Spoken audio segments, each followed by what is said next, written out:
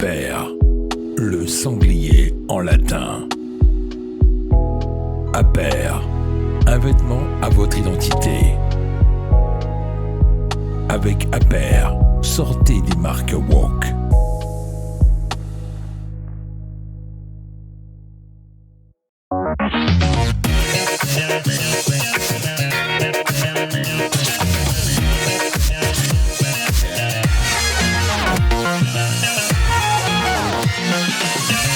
Bienvenue à Bistro Liberté, le débat libre et non conformiste. Au sommaire de cet épisode,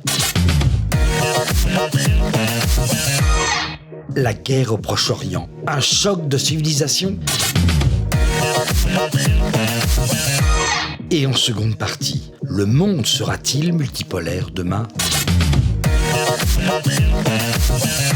Pour en parler, l'invité spécial d'Éric Morillo est un essayiste et éditorialiste de haute volée. Passé par Sciences Po, il fait son service militaire dans le renseignement. C'est donc tout naturellement qu'il embrasse une carrière d'universitaire dans le domaine de la géopolitique en tant que professeur puis directeur d'établissement. Politiquement, c'est un souverainiste issu de la gauche. Il est membre du conseil scientifique de la fondation Res Publica, le centre d'études de Jean-Pierre Chevènement. Il soutient la candidature de ce dernier à l'élection présidentielle de 2002. Il est un temps proche de Charles Pasqua, dont il est l'un des conseillers.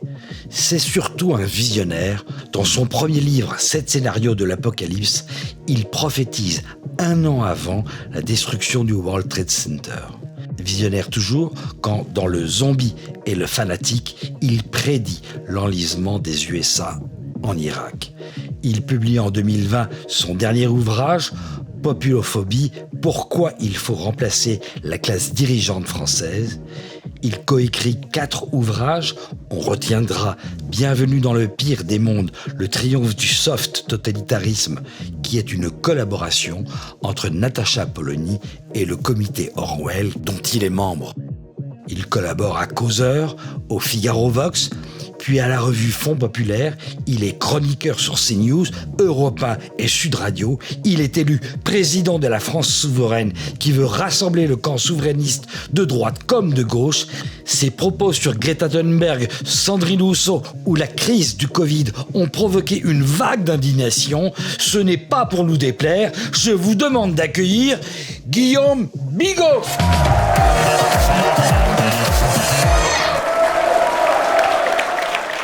Guillaume, bonsoir Eric, bonsoir. Bonsoir. Bonsoir. Bonsoir. Bonsoir.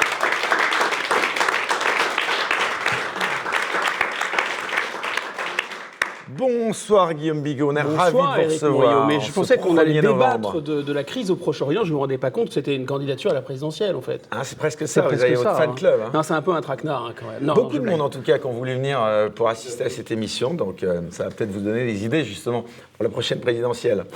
Alors, la tradition, elle est respectée à chaque émission. Je vous présente les sociétaires d'un jour qui vont donc nous accompagner pendant toute cette émission. Tout d'abord, mes acolytes préférés, je les présente plus, enfin un peu quand même encore. Tout d'abord, Mike Borowski, on peut l'applaudir, journaliste. Bonsoir. À Radio Courtoisie. Ravi de te retrouver, mon cher Mike.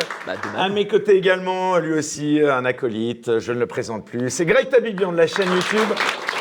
Je suis pas content TV.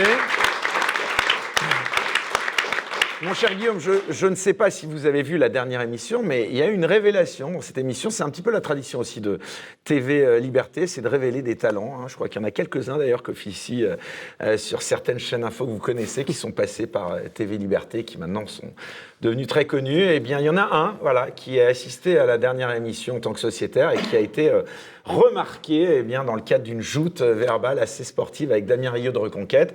Et on a donc décidé de lui demander de revenir, hein, puisqu'il avait donc fait pas mal parler. Puis en plus, il est dans des idées pas forcément associées à cette chaîne. Bah, ça prouve justement. Ça s'appelle TV Liberté. Donc nous, on accorde beaucoup d'importance à la liberté d'expression, d'où qu'elle vienne. C'est Yanis Dalouche, militant de la France Insoumise.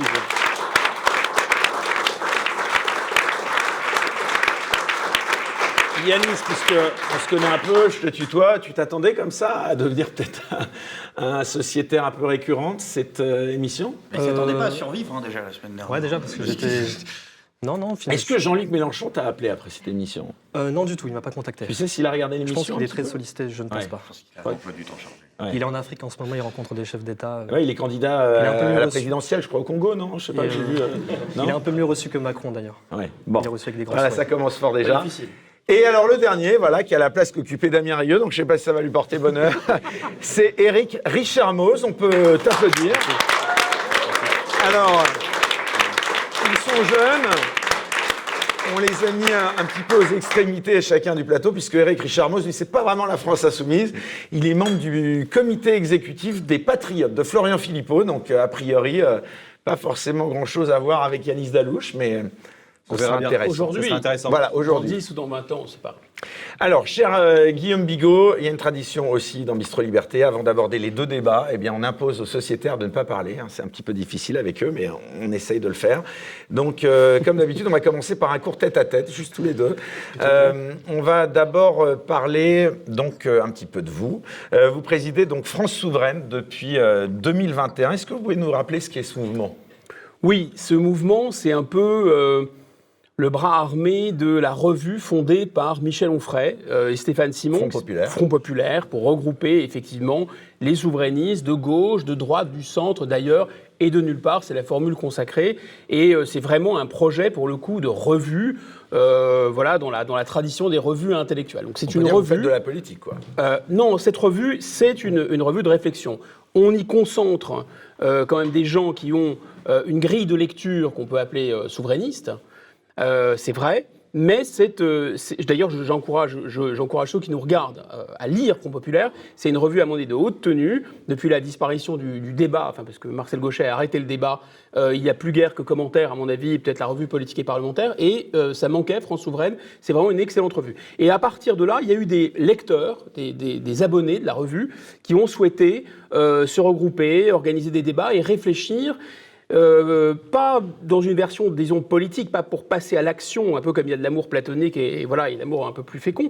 Non, c'est l'idée de dire, bon, on a maintenant un outil intellectuel, est-ce qu'on ne pourrait pas réunir voilà, une expertise? Parce que ce qui nous rassemble aussi, c'est de sortir de cette espèce de polémique permanente. Alors, ce n'est pas l'endroit où il faut le dire, parce qu'on est à Bistro Liberté, mais de chouinade, de déploraison, comme disait dès le XIIe siècle, c'est-à-dire de dire ouais, ça ne va pas, tout fout le camp, c'est foutu, etc.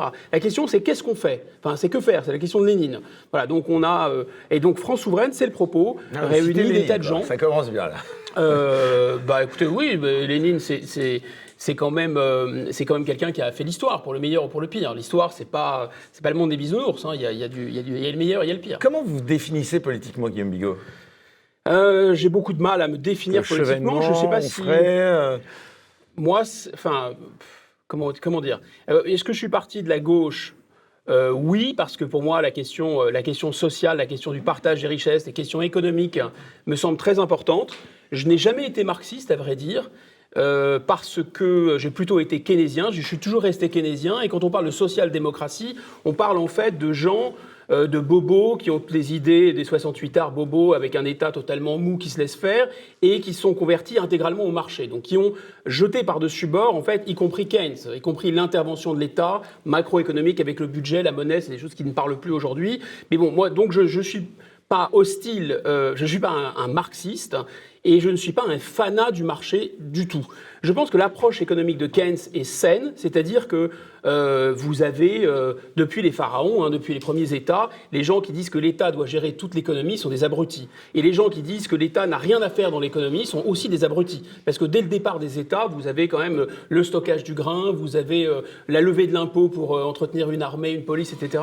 Enfin bref, donc bien sûr que l'économie, elle est politique naturellement, et que la politique ne peut pas se débarrasser de l'économie. Et on voit bien que toutes les puissances soi-disant libérales, comme les États-Unis, sont des puissances où l'État intervient énormément à une intervention macroéconomique gigantesque. Pour ne pas parler de la Chine, où là, j'aurais demandé une fois au Parti communiste chinois, j'aurais dit, lors d'un voyage en Chine, j'aurais dit, mais qu'est-ce que vous faites, puisque vous êtes toujours officiellement communiste et que vous avez beaucoup de milliardaires dans votre pays? Ah bah on dit c'est très simple. Hein. Bah nous, dès que quelqu'un devient milliardaire, on l'oblige à adhérer au Parti communiste. Donc, comme ça, c'est réglé. Donc on a quasiment en Chine, vous savez, à la fin de la guerre froide, en Russie, l'Union soviétique à l'époque, ils disaient mais qu'est-ce que c'est ? Ils faisaient une blague. Ils disaient mais qu'est-ce que c'est le capitalisme ? Alors le capitalisme, c'est l'exploitation de l'homme par l'homme. Et ils disaient mais alors le marxisme, dans ce cas, c'est quoi ? Bah, ils disent bah c'est l'inverse en fait. C'est l'exploitation de l'homme par l'homme, mais à l'envers. Vous arrivez à concilier votre positionnement donc politique, on peut dire affirmé, avec vos interventions sur différents médias Oui, mais j'ai quand même, parce quand même, que je suis trop bavard, je me rends compte, mais j'ai quand même un peu rétro-pédalé pour répondre vraiment à la question que vous m'avez posée sans botter en touche, pour vous dire que je n'ai pas de... je suis favorable à un État fort, à un État régalien fort. Je suis aussi favorable au primat de l'État-nation, ce qui n'est pas la même chose nécessairement que l'identité qui serait uniquement axée sur le passé, ce qu'a été la France dans le passé, mais un État-nation puissant.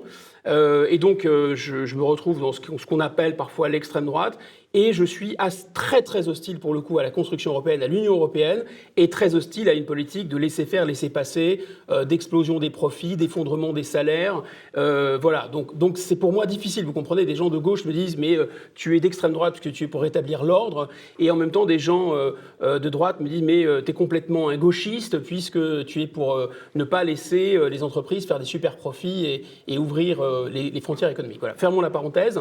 Et la question suivante, c'était le journalisme. Est-ce que l'objectivité journalistique, ça a un sens encore pour vous ? L'objectivité journalistique, elle passe par à mon avis, deux conditions. La première, c'est la pluralité des médias. C'est normal que les médias aient des lignes éditoriales et des biais.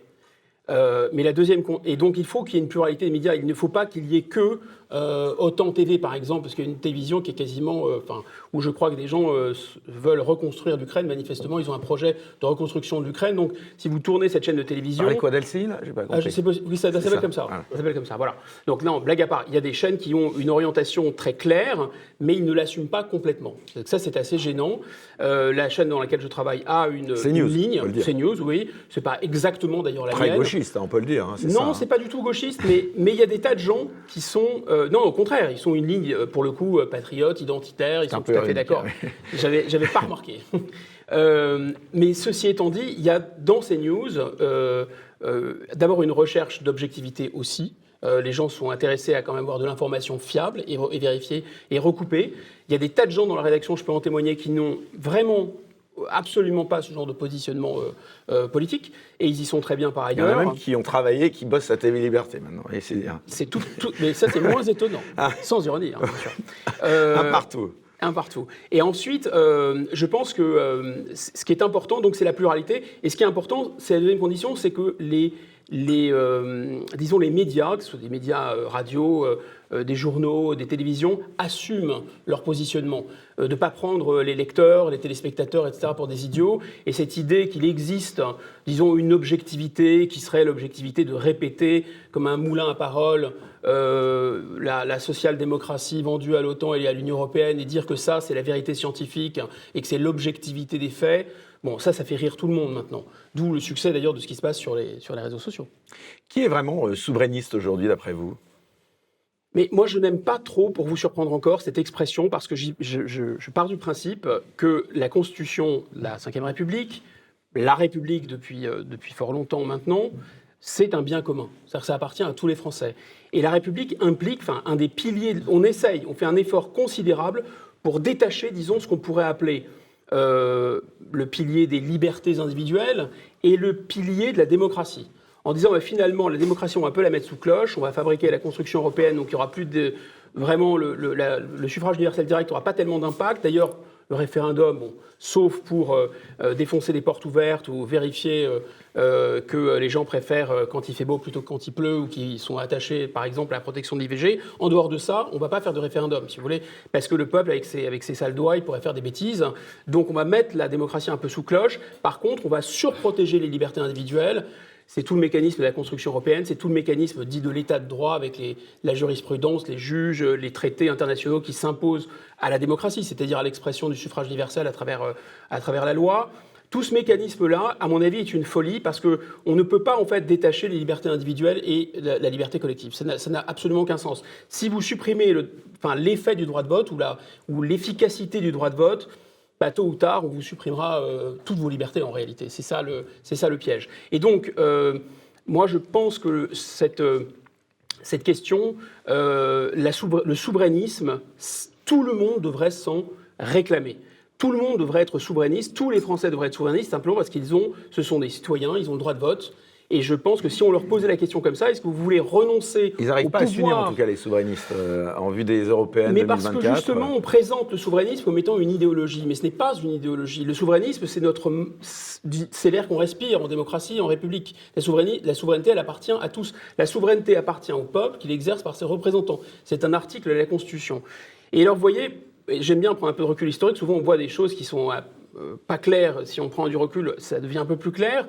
On voit bien que quand il y a eu la République, pendant un siècle environ, tout au cours du 19e siècle, il y avait des gens qui n'étaient pas d'accord avec la République ou avec la démocratie et qui étaient pour le retour à la monarchie. Bon, cette affaire est à peu près réglée, disons, vers 1877-1880. La République va gagner quasiment par chaos. Il y aura encore l'Action française et quelques nostalgiques, mais grosso modo, ça ne va plus peser politiquement. L'affaire, elle est réglée. On ne retourne pas en arrière, la monarchie, c'est fini. Ensuite, vous allez avoir quelque chose qui va contester la République, on va dire, issue de 1789, qui est le marxisme, le mouvement socialiste, les mouvements socialistes. Et ce socialisme, ce marxisme, parti radical, parti socialiste, parti communiste ensuite, etc., et tous les avatars du gauchisme qu'on voit aujourd'hui encore, eh bien, pourquoi vous regardez Yanis quand vous dites ça? Non, j'espère qu'il en est sorti. Non, il vient d'y rentrer, lui. Ah bon, mais j'y adhère pleinement. Vous y adhérez pleinement? Ah, oui. Bon, mais vous deviendrez un jour ou l'autre, à mon avis, patriote républicain, gaulliste, pleinement, sans avoir besoin. Mais non, ça n'a pas le débat. Oui, parce qu'il n'a pas le droit de parler. Non, c'est pour ça. Je ne vais pas abuser de... Voilà. Donc, je reviens à mes moutons. Donc, je vous disais, au 19e siècle, il y a eu ce débat démocratie, république, monarchie. Au 20e siècle, il y a eu, pendant toute la guerre froide, à mon avis, la contestation de la démocratie par le communisme. Et on voit bien, même si à la fin c'était devenu complètement folklorique, que le communisme avait un autre projet que la démocratie pure et dure. D'ailleurs, de l'autre côté du rideau de fer, c'est pas la démocratie. Et avec 91, avec l'effondrement, 89, l'effondrement du mur de Berlin et l'effondrement de l'Union soviétique en 91, à mon avis, ce débat, il est plié, il est terminé, il est enterré. Et moi, je pense que depuis lors, on joue encore à la droite et à la gauche comme on joue aux Indiens et cow-boys. Moi, il me semble que depuis Maastricht au moins, la question centrale qui se pose aux Français, le vrai débat, enfin, la vraie ligne de fracture politique, elle n'est pas sur la gauche et la droite, au sens où le socialisme, le capitalisme, ou au sens où la monarchie ou la République. Non, la vraie ligne de fracture, elle est sur est-ce que vous voulez que le pouvoir se déplace de Paris à Bruxelles et à Washington, ou est-ce que vous voulez que le pouvoir reste entre vos mains, à vous les citoyens? Donc il y a encore un enjeu là pour ces européennes, énorme pour vous? Il y a un enjeu tant que cette question n'est pas réglée, parce que là la démocratie est vraiment mise sous cloche, avec des effets de bord extrêmement graves dans tous les domaines. En politique étrangère, vous voyez que la France ne pèse plus rien, forcément, puisqu'elle est à l'intérieur de l'Union européenne. Puisqu'ils réagissent en européens. Bon, mais comme l'Europe, ce n'est rien d'autre qu'un paillasson des États-Unis, il ne se passe pas grand-chose. Vous pourriez participer aux élections européennes? Vous allez vous impliquer? Sincèrement, c'est une élection qui, d'un point de vue justement d'un républicain qui croit encore naïvement à la démocratie, ça n'a pas grand intérêt, parce que ce n'est pas vraiment un Parlement. Vous ne connaissez... D'abord, quand quelqu'un est élu au Parlement européen, il faut quasiment lancer une alerte enlèvement, parce qu'on ne sait plus où il est, on ne sait plus ce qu'il fait, il a disparu de la circulation. Personne ne connaît ces députés européens. C'est une élection défouloir, c'est une élection dans tous les pays depuis qu'elle est instituée où le taux de participation est très très faible, et pour cause, puisque c'est un simulacre de Parlement, le Parlement européen ne prend pas de décision. En réalité, ce n'est pas une démocratie, l'Union européenne, c'est quelque chose d'assez baroque, assez bizarre, où vous avez une commission qui n'est pas élue, qui a des pouvoirs considérables, vous avez des États qui se réunissent un peu sous le sceau du secret et qui votent en plus, qui peuvent être mis en minorité. Autrement dit, les 67 millions de Français, il arrive très souvent maintenant qu'ils soient mis en minorité sur des questions qui intéressent leur destin. Donc la démocratie, je vous l'annonce, depuis, en tout cas au moins le traité de Lisbonne, a été abolie. 1789 a été décapité. Voilà. Et je pense que Nicolas Sarkozy a décapité la Révolution française. Guillaume Bigot, un petit mot d'international avant d'aborder le premier débat. Dans votre livre « Le zombie et le fanatique », sorti en 2002, vous évoquiez l'enlisement américain dans la guerre en Irak et ses futures conséquences désastreuses. Entre l'Irak et le 11 septembre, eh bien, vous sembliez posséder des dons de devin redoutables, il faut vous reconnaître ça. Où se trouve le fanatisme que vous décrivez aujourd'hui, Guillaume Bigot ? Alors, le fanatisme, c'est le fanatisme islamique. C'est une évidence. D'ailleurs, je pense qu'on doit vraiment craindre ce fanatisme islamique, non pas tant parce qu'il est un retour à l'islam traditionnel. D'abord, l'islam, il faut le dire et le redire, sans aucune agressivité, mais sans non plus les fausses pudeurs. Éric Zemmour a dit que c'était pas compatible avec la République. Mais parce qu'il confond l'islamisme, à mon avis, force révolutionnaire, et l'islam, qui est un des grands monothéismes du monde. Donc c'est pas votre avis là. Alors non, moi je pense que l'islam, ce n'est pas le christianisme, qu'on projette sur l'islam ce que l'islam n'est pas, c'est-à-dire une religion de bisounours, de paix et d'amour, tendre l'autre joue, etc. Pas du tout. En fait, Mahomet n'est pas du tout Jésus, il ressemble plus à Bonaparte. Hein. C'est un conquérant militaire aussi. Il a institué un État. Donc l'idée que rendre à César ce qui est à César, à Dieu ce qui est à Dieu en islam, ça n'a strictement aucun sens. Donc ça, c'est vrai. Pour autant, ce qui se joue à travers l'islamisme, cette force révolutionnaire, c'est une force révolutionnaire. C'est-à-dire que c'est quelque chose, à mon avis, de très dangereux, de totalitaire, et qui a plus à voir avec le fait que la modernité a percuté ces civilisations arabo-musulmanes, et que précisément la modernité a instillé le doute à l'intérieur de ces civilisations, et donc ça déclenche une sorte de réaction fanatique, en fait. Et cette réaction fanatique, pourquoi elle est dangereuse ? Elle serait... Bon, d'abord, pour les pays musulmans, c'est terrifiant. Moi, j'ai eu l'occasion de me rendre en Algérie dans les années 90. C'est un cauchemar. J'ai encore l'odeur d'enfants massacrés, du sang dans le nez. Enfin, c'était vraiment une horreur. Donc, ce sont des gens extrêmement dangereux. Les pays musulmans ont payé pour le savoir. Ils ont vu ce que ça donnait. Ça a créé des guerres civiles épouvantables. Là où je parlais d'Algérie, mais ça s'est vu dans d'autres pays. Et après, la situation est extrêmement complexe parce que... pour ces pays, l'Occident a aussi souvent, il faut le dire, pris la forme d'une oppression et pris la forme d'un impérialisme stupide. On s'est mis d'ailleurs on s'est mis. Vous voyez, je suis contaminé moi aussi. Les États-Unis d'Amérique, la Grande-Bretagne pour commencer, après le 11 septembre, se sont mis à écraser, à détruire des États laïques. Des États laïques qui étaient vraiment qui essayaient de fabriquer des États-nations. Alors en Irak, bien sûr, on a ensuite, c'est pas les États-Unis, mais c'est Nicolas Sarkozy et le Premier ministre britannique qui se sont attaqués à la Libye, ont fait sauter la Libye de Kadhafi, autre État laïque, et autre État-nation qui était fragile, parce qu'il y a quand même plusieurs Libyes, mais c'était en train de prendre. Et puis ensuite, c'est le régime de Bachar el-Assad qui s'est effondré sur lui-même. Donc vous voyez, on a fait absolument tout ce qu'il fallait pour fragiliser ces régimes. Donc, avant même cette séquence d'agressivité de l'Occident qui s'est déchaînée sur des États laïques dans le monde arabo-musulman et qui a agi exactement comme les services de presse de Ben Laden. Enfin, Ben Laden n'aurait pas imaginé mieux en fait que ce qu'a fait George Bush ou Nicolas Sarkozy, ou même ce qu'on a fait en appuyant les islamistes dans la guerre civile syrienne. Petite parenthèse, le drapeau israélien sur la mairie de Nice, la décision de Christian Estrosi, ça vous choque ou pas ? Ça me choque tout autant que Allah Akbar, place de la République. C'est-à-dire que... Et que le voici la France de Jean-Luc Mélenchon en parlant de cette population qui Oui, parce que l'État d'Israël a le droit de se défendre, mais c'est un État-nation qui se défend. Est-ce que c'est notre guerre ? Non, c'est la guerre des Israéliens. C'est la guerre d'Israël. Cette affaire d'Israël, elle n'est... Enfin, je pense que si on y inclut des grilles de lecture, qui sont des grilles de lecture, ce que voudraient Poutine et Xi Jinping d'ailleurs, des grilles de lecture impérialistes, anti-impérialistes, sud-global contre l'Occident global, ou si on a cette grille de lecture islamiste en disant c'est la Houma, c'est les frères musulmans qui veulent chasser les mécréants d'une terre d'islam, ou même... si on a une lecture bouchiste ou netanyahesque, c'est-à-dire que c'est le bien contre le mal, etc., on ne fait qu'aggraver cette crise, en fait. On n'aide absolument pas les gens sur place qui sont dans une tragédie. Vous parlez de fanatisme, on peut parler de fanatique en parlant du Hamas ? Ah bah évidemment. Là, il y a une daéchisation du Hamas. Les guérillas, c'est... Quelle place occupe la religion dans ce mouvement ? Essentiel, mais les guérillas, c'est effectivement, il y a la question posée par les guérillas, c'est la dissuasion du faible au fort. Quand vous n'avez pas la force, qu'est-ce que vous faites ? Donc la guérilla, souvent, a utilisé, et pas seulement dans ce conflit, pas seulement dans le contexte, par exemple, d'une lutte de guérilla islamique, mais au Vietnam, par exemple, des atrocités sans nom, à la fois pour terroriser les populations, pour que les populations sur place payent l'impôt révolutionnaire, on l'a vu aussi pendant la guerre d'Algérie. Donc ça, c'est un classique. Mais là, ça a passé... tous les seuils d'horreur possibles et imaginables. Effectivement, ça a été dit, et justement, les nazis bon, ils ne filmaient pas ce qu'ils faisaient, ils ne s'en vantaient pas, ils le cachaient. Donc ils n'ont pas le monopole des atrocités et de l'inhumanité, mais il y a une façon de mettre ça en scène. C'est pas qui interroge, c'est qui... Bon, après, on peut se demander d'ailleurs pourquoi ils ont fait ça. Moi, je pense qu'ils ont fait ça pour déclencher une riposte enragée et inéluctable de l'État d'Israël. Et c'est une guerre des images aussi, des bien réseaux sûr sociaux. C'est une guerre des images, bien sûr. Donc, je crois qu'il n'y a pas d'équivalence morale en fait entre le fait d'y hisser le drapeau israélien sur la mairie de Nice et dire qu'on le descendra quand on a gagné et le fait de crier à la Wakbar. Il n'y a pas d'équivalence morale. Il y a une équivalente bêtise politique dans les deux cas et d'un véritable piège qui est non seulement d'importer ce conflit, mais surtout on peut, et je crois que c'est la bonne réaction, être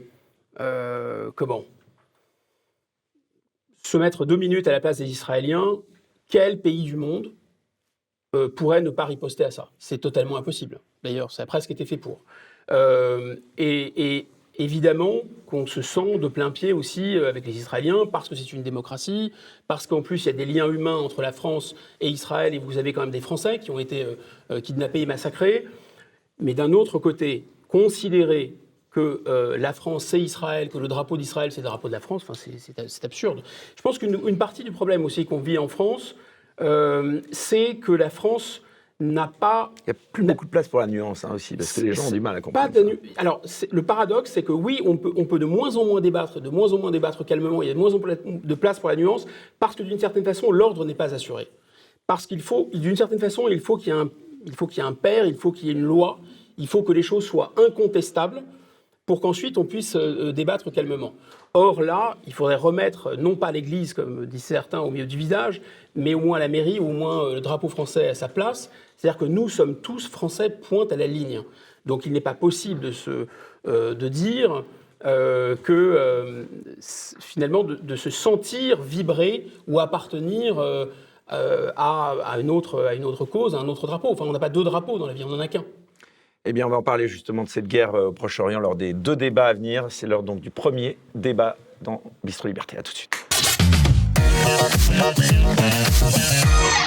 La guerre au Proche-Orient, un choc de civilisation? Quel enseignement tirer de ce conflit? Nationalisme arabe ou islamisme radical? Faut-il choisir? Est-ce la fin du processus de normalisation? On en vient donc à ce premier sujet de débat, encore une fois très sensible, qui porte sur le thème de la guerre au Proche-Orient. Alors, cette fois, les sociétaires, vous allez pouvoir intervenir, y compris Yanis Dalouche, de la France Insoumise. Tout d'abord, première question, elle est quand même encore pour vous, Guillaume Bigot. Est-ce que la déflagration actuelle va, selon vous, modifier pour longtemps l'échiquier géopolitique ? Oui, mais ça ne va faire qu'amplifier un mouvement déjà amorcé et probablement vraiment amorcé avec le 24 février, parce qu'il y a toujours des forces qui travaillent un peu comme des tremblements de terre de manière souterraine. Vous pouvez la voir venir, cette crise, d'après vous ? Non. Enfin, moi, je ne l'ai pas vu venir, en tout cas. Peut-être qu'on aurait pu la voir venir. Qui porte la responsabilité de ce désastre ? C'est ça la question. Ça paraît comme ça. Elle est compliquée, cette question. Non, mais on ne peut pas, en plus, je ne vais pas laisser penser que j'ai des informations que les gens n'auraient pas et jeter comme ça des choses en l'air, parce que c'est suffisamment grave. Mais on a quand même l'impression, et Israël, pour le coup, a vraiment payé très cher le fait de sous-estimer l'ennemi. Il ne faut jamais sous-estimer l'ennemi. C'est la première règle quand on fait la guerre. J'ai revu, d'ailleurs, je conseille à tous nos internautes, un formidable documentaire qui a été réalisé en 2012, qui s'appelle The Gatekeepers, c'est-à-dire les gardiens les sentinelles, et qui interroge pour la première fois dans l'histoire d'Israël, pas tous, mais la plupart des dirigeants contemporains du Shin Bet. Et je peux vous assurer que les dirigeants du Shin Bet sont beaucoup plus virulents à l'égard du gouvernement israélien que ne le sont, par exemple, les gens de l'autorité palestinienne. Ils sont très, très durs. Alors, c'est intéressant ce reportage parce qu'il montre, et pour répondre à la question, est-ce que c'était possible ou pas, il montre bien le problème, c'est-à-dire que les Israéliens pensaient totalement monitorer la situation, y compris à Gaza, monitorer la situation parce qu'ils avaient tellement de technologie, ils voyaient tellement les gens, ils pouvaient quasiment compter les poils de cul de chameau à distance, ils pouvaient tellement abattre les gens avec un simple téléphone, ils passaient un coup de fil et immédiatement il y a un missile qui dézinguait le gars et on était au stade de, c'était pas pre-crime comme dans le film hollywoodien, mais on était quand même dans quelque chose où avant même que l'action se déroule, avant même que l'attentat se déroule, ils frappaient de manière préventive. D'ailleurs, ces gens du Shin Bet sont d'une honnêteté incroyable, intellectuelle incroyable, et ils disent, effectivement, ils évoquent la banalité du mal d'Hannah Arendt. Ils disent, au bout d'un moment, c'est vrai qu'on tuait des méchants, c'est indiscutable, c'est des gens qui voulaient faire couler le sang, et Dieu sait si le Hamas a vraiment fait couler le sang en Israël, et d'ailleurs le sang aussi des Palestiniens, mais ils se disent, c'est quand même pas tellement normal, derrière une console, comme un peu une console de jeu, d'appuyer sur des boutons, et quand on en a tué 50, puis 100, puis 150, puis 200, puis 300, Et ils avaient cette idée que tout était absolument contrôlable. La situation était vraiment complètement sous contrôle parce qu'ils voyaient tout, ils comprenaient tout. Et en réalité, on peut tout faire avec des baïonnettes, disait Napoléon, sauf rester assis dessus, quoi. C'est-à-dire que gagner la guerre, gagner militairement et être en mesure... Parce que là, il n'y a pas de suspense, en fait. Tsahal va mettre une dérouillée au Hamas. Et d'ailleurs, je pense que c'est une bonne chose parce que le Hamas, c'est vraiment une horreur. Vous êtes dans quel camp? Parce que d'ailleurs, il faut forcément choisir. Mais aujourd'hui, pour les gens qui nous regardent... Voilà, est-ce que vous êtes entre guillemets, dans un des deux camps? Alors oui, je n'ai aucun dilemme moral sur le fait de pointer le Hamas comme l'ennemi, et y compris mon ennemi. D'un autre côté, je pense que... On est tous d'accord là-dessus l'idée, ou pas? Je ne sais pas, je vous pose la question. L'idée qu'Israël pourra régler la question uniquement par la force, ça c'est une folie. Je pense que c'est une folie. Je pense qu'en plus, il y a une bombe démographique pour eux. Et que l'idée, ils ne vont pas vider Gaza, ils ne vont pas tuer les civils de Gaza non plus tous. Ils sont plus de 2 millions. Et il y a la Cisjordanie, même s'ils installent les colonies en Cisjordanie, il y a 6 millions de Juifs. Et imaginez qu'ils contrôlent la totalité des territoires, c'est-à-dire qu'ils annexent complètement la Cisjordanie, ils annexent complètement Gaza. Ça fait déjà, à l'heure qu'il est, là, 7 millions d'Arabes et 6 millions de Juifs. Vous attendez 50 ans et vous voyez ce qui se passe. Donc je pense que c'est une folie de toute façon. Mike Borowski. Moi j'aime beaucoup Guillaume Bigot. Bon, même s'il a eu son couplet républicain des Lumières, ça m'a écorché les oreilles. Bon, tant pis, c'est comme ça. Mais je l'aime quand même beaucoup. Je me méfie des gens qui disent j'aime beaucoup. Oui, mais voilà, parce que pour la République, pour moi c'est un peu l'anti-France. Donc ça, ça c'est mon truc à moi. D'ailleurs, je débat carrément toujours avec. C'est l'anti-France, c'est l'anti-France. Laïcité, la République, ça n'a amené que le malheur et la désolation, et c'est ce qu'on vit actuellement. Les prêtres exorcistes, si vous voulez. Non, mais c'est une réalité. Mais bon. Non, mais pour lui, Jean-Jacques Rousseau, Sandrine, c'est pareil. Voilà, c'est la même chose. Exactement, c'est le même truc. Après, là où je suis d'accord avec Guillaume Bigot. Mieux le savoir. Non, mais on peut en débattre. Bien sûr. Mais là où je suis d'accord avec Guillaume Bigot, c'est le problème israélien, c'est la démographie. En effet, quand j'étais adolescent, il y avait, je crois, 10% par exemple, d'Arabes israéliens en Israël. Aujourd'hui, il y en a 30%. Et lorsqu'ils seront majoritaires en Israël, on verra comment ils se comporteront en Israël. Ensuite, les pays limitrophes, comme l'Égypte, il y avait 60 millions en 90, je crois, ou 95 d'Égyptiens. Aujourd'hui, il y en a quasiment 120 millions. Donc, démographiquement, je pense que les Israéliens, ça va être compliqué pour eux. Ensuite, moi, ce que je ne veux pas, et je suis tout à fait d'accord avec vous, c'est qu'il ne faut pas choisir, parce que c'est pas ça, pas qu'il faut choisir, mais je veux dire, on nous tend encore un piège. Le régime encore nous tend un piège, dans le sens où la France a choisi pour toi. Non, mais en fait, le souci, c'est que nous nous battons les uns les autres, des gens qui avons les mêmes idées, en gros un socle commun de 80% d'idées. Nous nous battons pour savoir qui est israélien, qui est palestinien, qui est ukrainien, qui est russe, qui est ceci, qui est cela. On nous oblige constamment à choisir. Il dit qu'il faut vraiment prendre parti. Attends, il y a 2 semaines, il y avait Damien Rieu, qui est un bon gars, qui n'est pas un mauvais bougre. Il a créé la division en étant dans une folie ultra pro-israélienne. Et ça, ce n'est pas bon pour nous, enfin pour nos camps en tout cas, parce que nous ne sommes pas déjà majoritaires. Et si en plus on doit se battre sur ce qui se passe à l'étranger, alors que dans notre propre pays, nous n'arrivons pas à garder la sécurité, du coup on sera toujours dans l'opposition en fait. J'ai une question à Guillaume Bigot. J'aime beaucoup Guillaume Bigot. Mais quand ça commence comme ça, c'est très inquiétant. Mais moi aussi d'ailleurs. J'aime beaucoup ce que vous faites. Merci. Vous aimez beaucoup. Voilà. Mais juste, je me demande, parce que vous venez de dire, Israël va mettre une dérouillée au Hamas, ça ne fait aucun doute.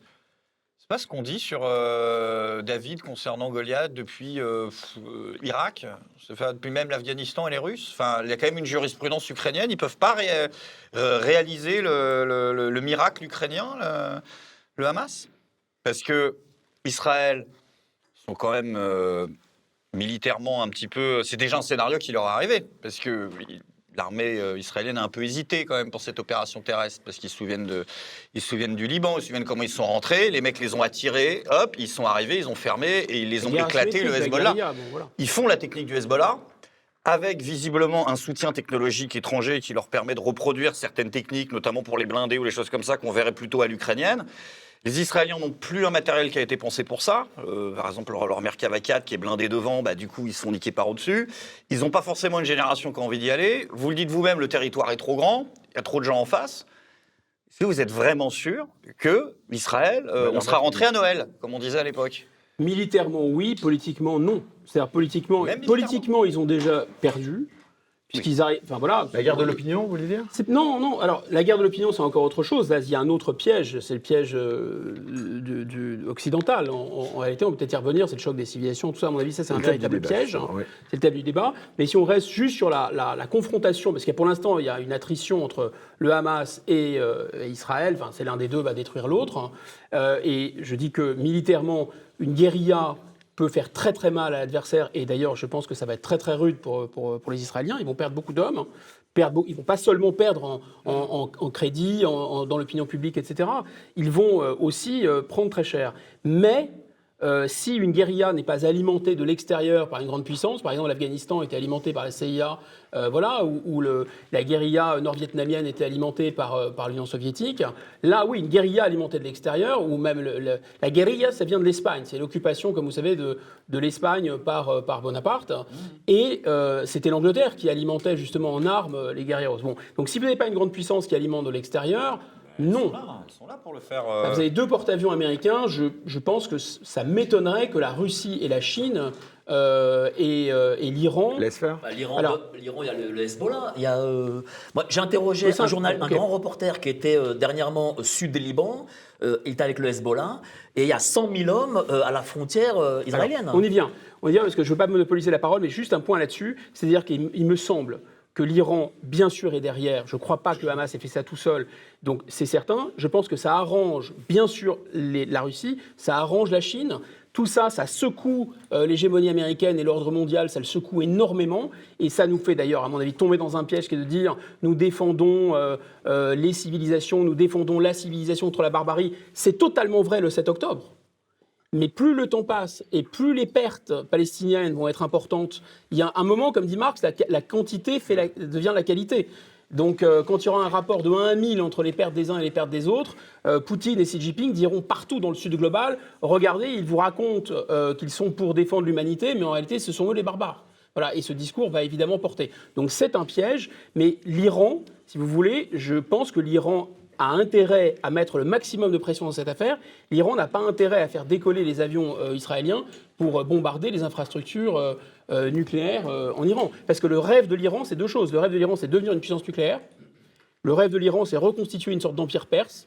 Parce qu'il faut dire les choses, les gens qui nous écoutent, c'est le choc des civilisations, l'islam, etc. En fait, les Turcs méprisent les Arabes, et les Perses méprisent et les Arabes et les Turcs. D'accord ? Et le fantasme des Perses et des Iraniens, c'est de dominer la région et de reconstituer l'empire perse. Le fantasme des Turcs, c'est de reconstituer aussi une forme d'hégémonie sur ce monde arabe. Et évidemment, l'Arabie saoudite n'a qu'une idée, c'est de devenir le calife à la place des 2 potentiels califes. Et comme il n'y a pas de calife, c'est un bordel sans nom. C'est un peu ça aussi l'histoire.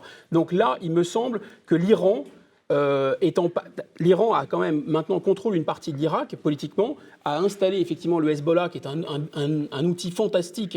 À mon avis, je ne pense pas que l'Iran veuille le sacrifier aussi facilement. Ça lui a coûté cher et ça a été très difficile à constituer. Et l'Iran est sur le point d'avoir l'arme nucléaire. Est-ce que l'Iran va jouer tout ça à la roulette russe, c'est le cas de le dire? Ça m'étonnerait. En tout cas, il y a une voix discordante en France, une petite musique d'ailleurs qui commence à grandir quand même. C'est celle de Jean-Luc Mélenchon et de la France Insoumise. On a avec nous donc Yanis Dalouche qui milite donc pour la France Insoumise. Juste avant de lui donner la parole, la position de Jean-Luc Mélenchon, vous la condamnez ou pas ? Ah oui, ça me paraît complètement, totalement à côté de la plaque. La dernière fois que sur un plan électoraliste. La dernière fois que des marxistes ont fait la courte échelle à des islamistes, c'était le Parti Today en Iran, ils ont tous fini pendus. Yanis Dalouche. Je pense que déjà en préambule... Non, déjà, il faut dire, vous aimez beaucoup Guillaume Bigot. Mais j'apprécie sincèrement. Comme lui, je pense pour acter une certaine réciprocité que le conflit israélo-palestinien, c'est un peu l'épicentre d'une polarisation du monde, c'est-à-dire qu'il y a une fracturation du monde avec manifestement les pays du Sud qui commencent à se liguer et à un Occident de plus en plus impotent, aligné sur les intérêts américains. Le fait de prendre arbitrairement, de façon purement unilatérale, fait et cause pour les intérêts de l'État d'Israël au détriment de nos partenaires arabes, je pense que c'est ressenti comme une vraie violence au sein des populations arabes aussi.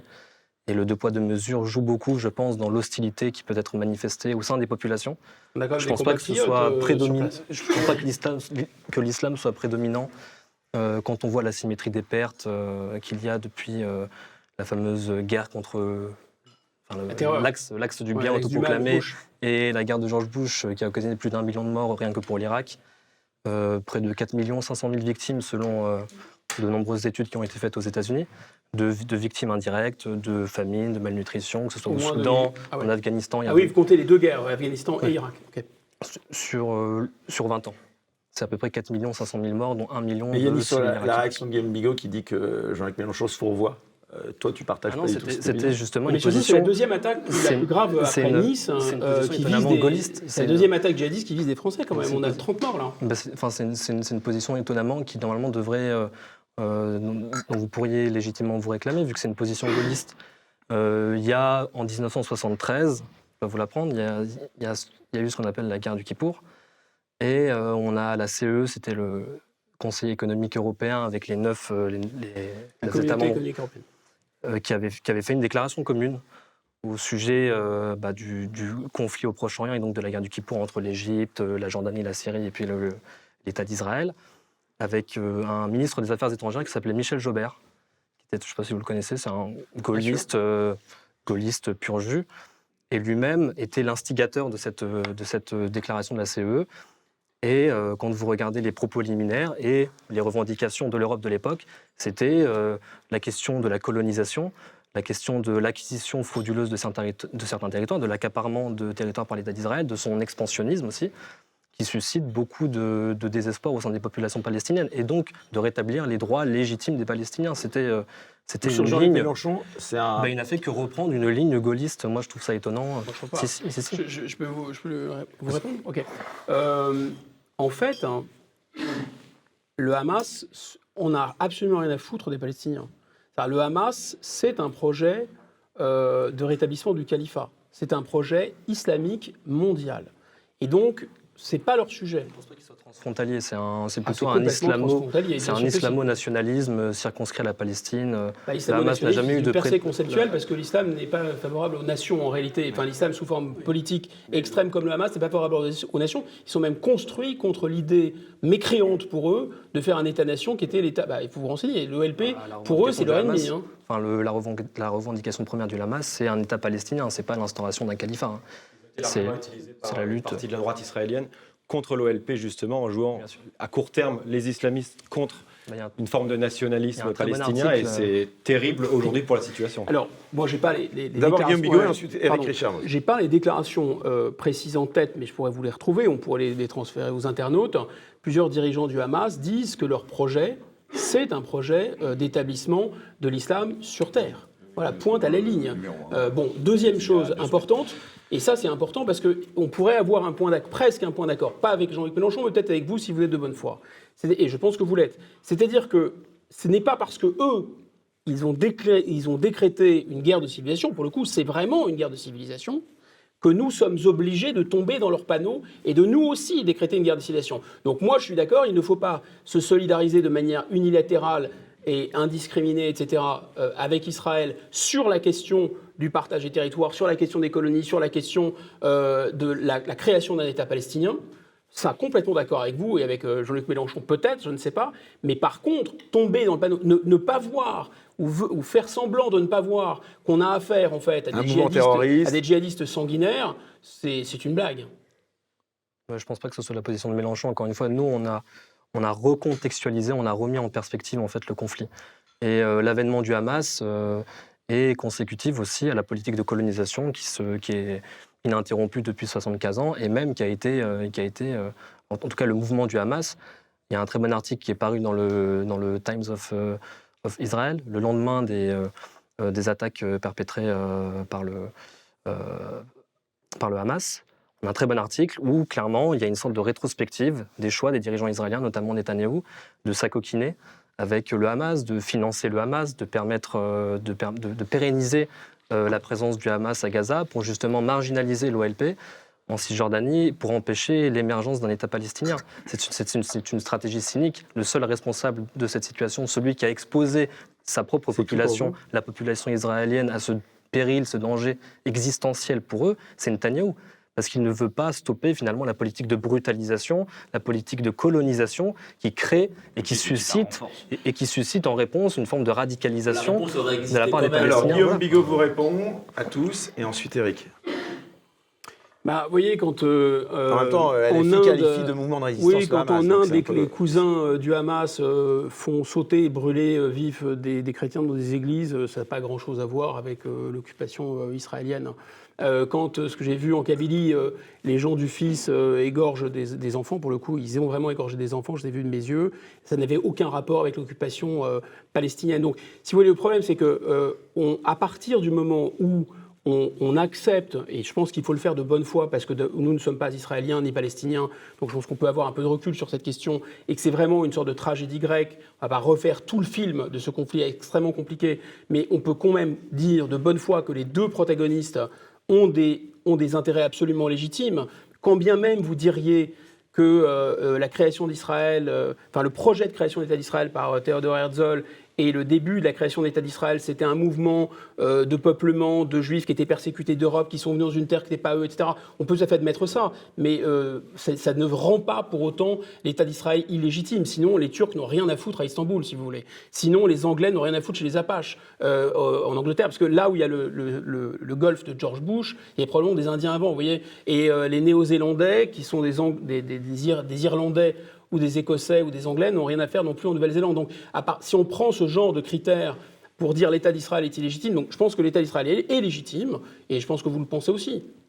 C'est une question, ça, non Yanis Dalouche. C'est un pays qui a acquis sa légitimité de plein droit. En tout cas, c'est un fait accompli par les. Donc il est légitime. Bien sûr, il est légitime. Il a acquis sa légitimité. À partir du moment où il est légitime, on a déjà ce point d'accord. Moi, je pense qu'il est totalement légitime. C'est minimum qu'on puisse faire de créer un État palestinien à côté.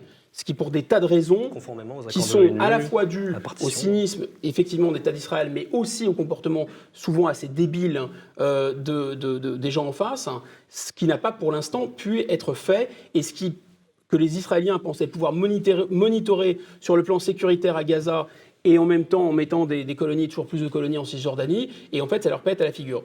Jusque-là on est d'accord.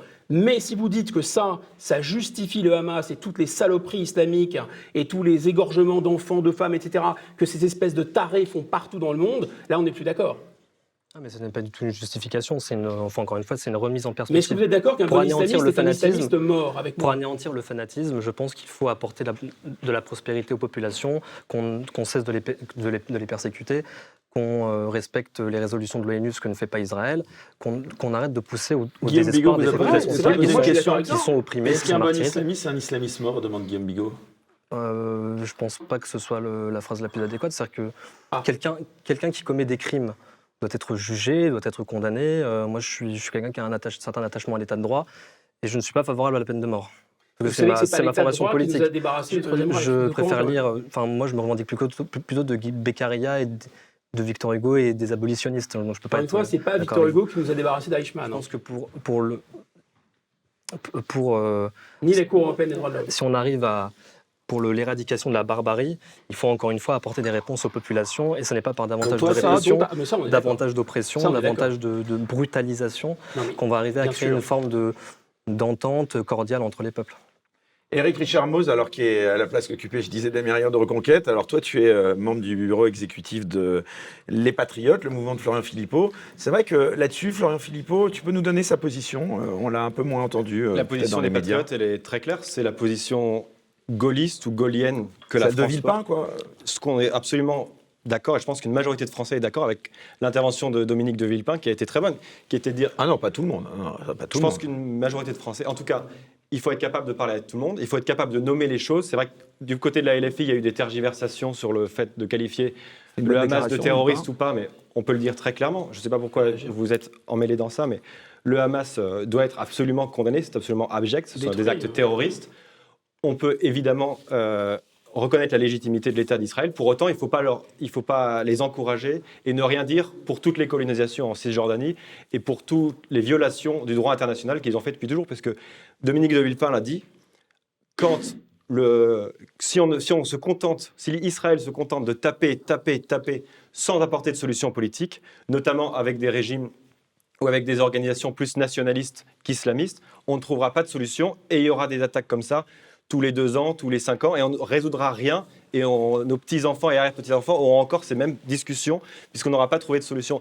Il faut discuter avec tout le monde, y compris avec les États émergents dans ce monde multipolaire. Alors, il y a quand même un choc des civilisations ou pas pour toi? Ça dépend de quoi on parle. Choc des civilisations, on peut parler de civilisation quand il y a une forme de solidarité de tout le monde musulman vis-à-vis de la Palestine, ou d'une grande partie du monde musulman vis-à-vis de la Palestine. Maintenant, je crois aux États. Les États n'ont pas d'amis. Ils n'ont que des intérêts. Et quand on voit Israël qui soutient militairement l'Azerbaïdjan qui est contre l'Arménie chrétienne, ou quand on voit les rivalités entre l'Iran et l'Arabie saoudite, les chiites, les sunnites, le monde est extrêmement complexe, le Moyen-Orient encore plus. Et donc il ne faut pas voir les choses de manière trop simpliste, parce que sinon ça devient du George Bush, ça bombarde et ça résout absolument rien. La France, elle est...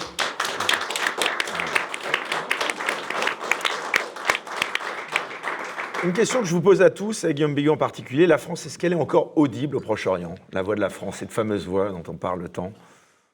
Non, elle n'est plus audible ni au Proche-Orient ni ailleurs. La question est drôle. Non, mais parce que... D'abord, peut-être pour commencer à répondre à cette question et faire le lien avec Dominique de Villepin, s'il y avait eu l'Union européenne qu'on connaît aujourd'hui, c'est-à-dire post-traité de Lisbonne en 2003, mais alors on était en Irak à 100%, à 101%. Puisque l'Union européenne, ce n'est qu'un moyen de s'attacher les uns aux autres pour que les États-Unis décident de tout. Van der Leyen qui s'est déplacée en Israël, ça vous a choqué, ça? Oui, d'abord, le personnage en lui-même me choque. Je ne sais pas qui a élu cette dame, qui elle représente, qui elle est. Je ne sais pas qui elle est. Qui lui a donné ce pouvoir. Enfin, c'est complètement... Si vous voulez, il y a 2 réalités qui se superposent. On est toujours en démocratie, on continue à voter, et en même temps, on accorde des pouvoirs considérables à des gens qui sont élus par personne. Moi, je trouve ça complètement insensé. Insensé. Mais... C'est compliqué cette affaire parce que, si vous voulez, on essaye. Qu'est-ce que ça veut dire? Il faudrait tenir ensemble 2 choses. D'une part, arriver à dire qu'il n'y a pas de débat moral sur le fait de désigner le Hamas comme ennemi, parce que le Hamas et tous les islamistes de la Terre nous désignent comme ennemis, nous, les Israéliens, et d'ailleurs des musulmans modérés aussi. Ça, c'est un point. Donc il ne faut pas du tout discuter de ça. Il n'y a pas de débat là-dessus. La deuxième chose, c'est qu'évidemment, il y a 2 légitimités très fortes dans le cas des Israéliens et dans le cas des Palestiniens. Pourquoi les Israéliens réagissent comme ça? Ils réagissent comme ça parce qu'il y a eu quand même 6,5 millions de victimes pendant la Seconde Guerre mondiale, de Juifs assassinés, et que tout le monde s'en est contrefoutu. Quand on a dit... au président des États-Unis, il faudrait peut-être penser à bombarder les lignes de chemin de fer qui amenaient à Auschwitz. Il a dit « je ne fais pas la guerre des Juifs ». Donc c'est pas Alain Soral qui parlait, c'est le président des États-Unis. D'accord ? Donc en réalité, les Juifs ont été assassinés dans l'indifférence totale. Ne parlons même pas de l'attitude du Vatican dans cette histoire. Donc les Juifs, on en déduit une chose, c'est que d'une part, absolument insensible à toute pression internationale et toute chouinerie internationale. Vu ce qui leur est arrivé, c'est terminé. Et si vous vous mettez à leur place, vous le comprenez parfaitement. Et le deuxième point, c'est que non seulement ils seront insensibles à la pression internationale, mais ensuite, ils ne croient qu'au rapport de force. Ils ne croient plus qu'au rapport de force. C'est triste, mais c'est comme ça. Donc à partir de là, je pense que les Israéliens... c'est vrai que ça pose un problème, parce que vous ne pouvez pas vraiment, les États-Unis non plus, ne peuvent pas vraiment influencer ou infléchir la position des Israéliens. Et là, il y a un problème de force. Donc la position de Dominique de Villepin, elle est formidable. En attendant... Macron au Proche-Orient, sa position, elle est comment? Quelle blague. C'est-à-dire, il y a une vous phrase, a fait du Chirac, vous avez vu un petit il y a une peu. formule OSS qui dit 118. les Nations Unies. Tel Aviv ne répond plus. Non, C'est un peu ça, ouais. C'est OSS 117. Ouais. Il y a un côté OSS 117. C'est incroyable. Vous avez vu quand il explique à Netanyahou comment il faut faire un bombardement. Donc il dit, on sait qu'il y a des bases militaires sous les hôpitaux. Ça, c'est 8 avions. Là, Par ça, contre, quand vous tirez dessus, il faut que vous trouviez un moyen pour que ça coupe pas l'électricité à l'étage, mais que ça touche que les mecs qui sont en dessous. Et comment on fait? Bombardement sans mort. Tu te démerdes. Bombardement souterrain sans mort. Sans mort, bien sûr, évidemment. Et il leur dit, on vous proposera des solutions. Mais il amène le navire hôpital. Ah ouais, non, mais c'est de la nanochirurgie. T'es à deux doigts de dire au mec, c'est un accord de paix que vous voulez? Moi, je traverse la bande de Gaza, je vous en trouve. C'est vrai qu'il y a un côté OSS 117. Mais c'est vraiment ça. Il lui explique comment on fait un bombardement stratégique, le mec. En réalité, c'est le premier qui tombe à la mer qui aura perdu. Il n'y aura pas de solution entre les deux. Il a fait une proposition de coalition internationale quand même. Mais c'est des conneries, personne n'en veut. L'Élysée a démenti le truc. En plus, ils ont démenti. Ouais. Et d'ailleurs, c'est juste une question, parce que j'ai pas le souvenir, vous avez plus vu la vie politique que moi, on a quand même eu un article avec marqué « L'Élysée dément les propos d'Emmanuel Macron ». Non, tempère. Tempère, oui. Mais c'est qui l'Élysée? Mais je crois qu'ils sont plusieurs, en fait. Non, mais j'ai jamais vu un article « L'Élysée dément les propos de Georges Pompidou ». En fait, c'est qui? Non, mais Macron, c'est comme Picasso, il a des périodes. L'Élysée tempère, il dépêche. Non, mais arrête, parce qu'après Macron, il va démentir les propos de l'Élysée. C'est dans la journée qu'il a plusieurs périodes et plusieurs idées. Il a plusieurs fulgurances, donc il ne se... C'est vraiment l'Élysée est obligé de démentir les propos. C'est le Macron de 14h ou le Macron de 15h qui n'est pas le Macron de 16h. Et alors à chaque fois, il y a un truc qui est fantastique, c'est qu'il arrive là-bas, donc il va voir Netanyahou, il est complètement d'accord avec Netanyahou, il va voir le chef de l'autorité palestinienne, complètement d'accord avec le chef de l'autorité palestinienne, et après il repart dans son avion, en même temps. Et là il balance une petite bombe. Exactement ce qu'il avait fait en Chine. C'est-à-dire qu'en Chine, il a dit oui, bah alors les uns ont tout à fait raison, les autres n'ont pas moins raison, et en réalité, il repart dans l'avion et il dit bah, finalement, les Chinois ils peuvent tourner avec des bateaux, enfin ils peuvent récupérer Taïwan, c'est à eux. Voilà.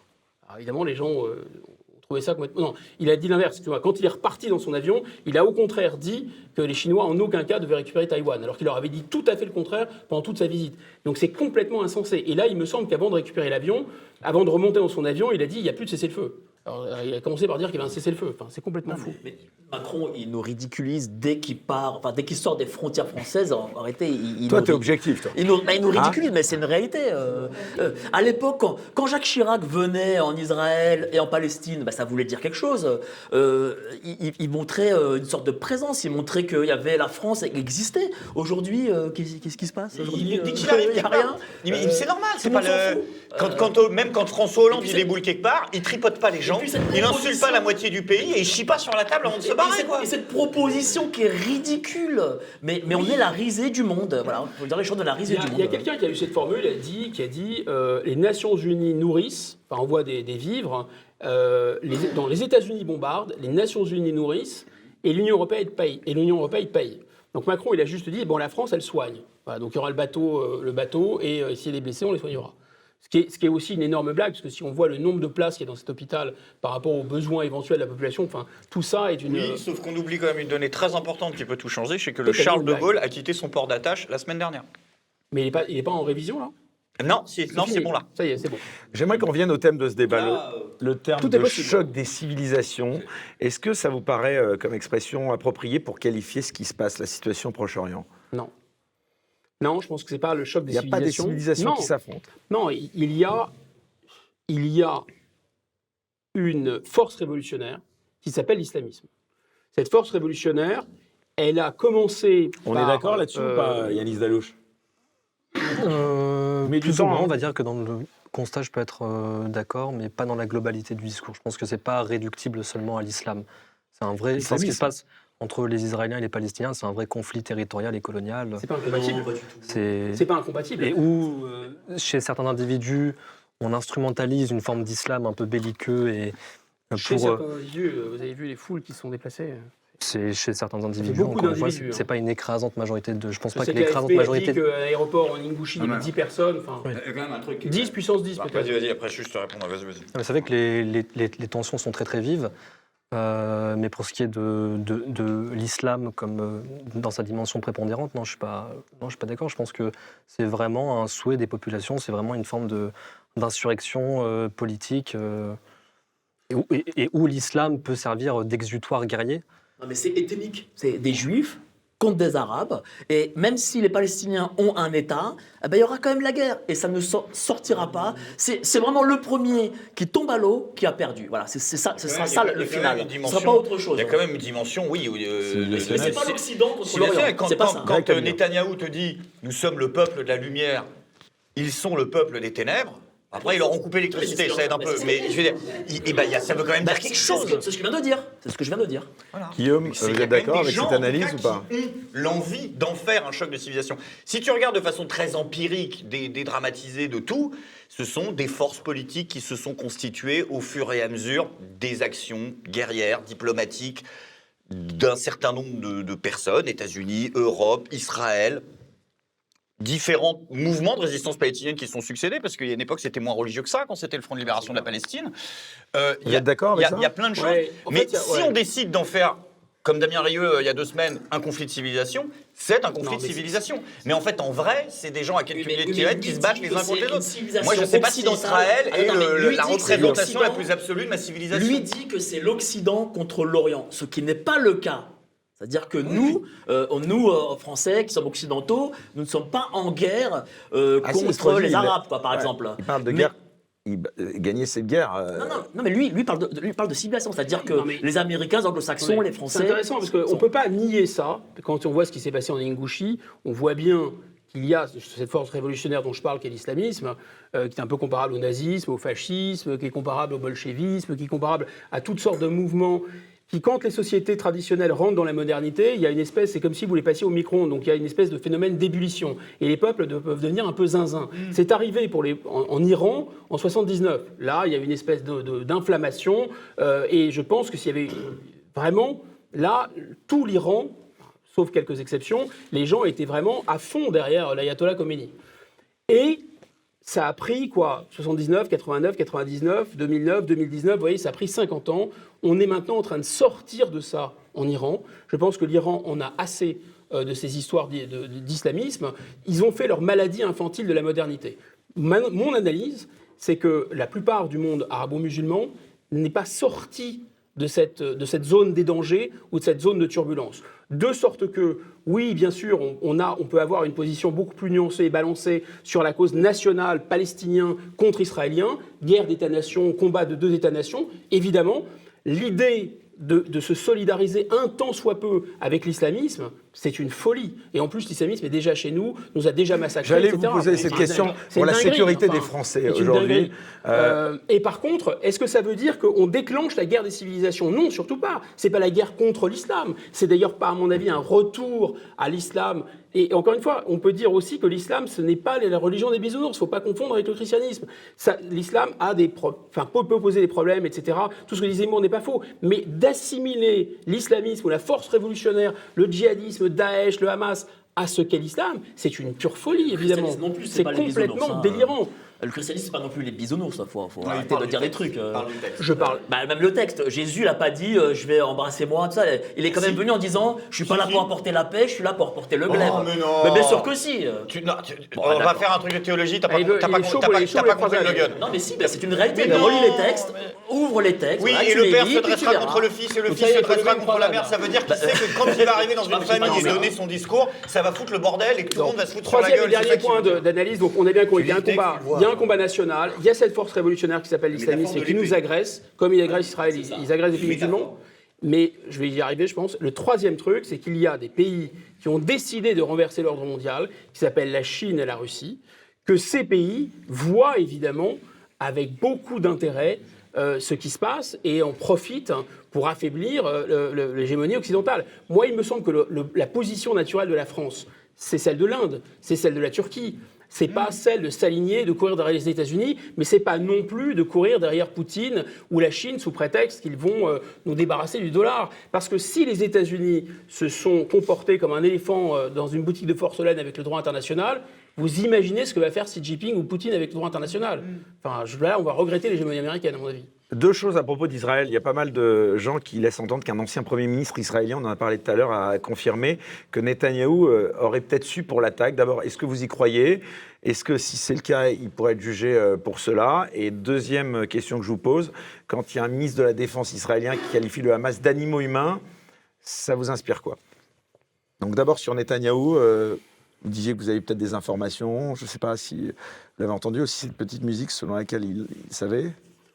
Écoutez, Netanyahou, c'est quelqu'un qui, de toute façon, est poursuivi en Israël, et c'est pour ça qu'il avait lancé cette réforme judiciaire en Israël.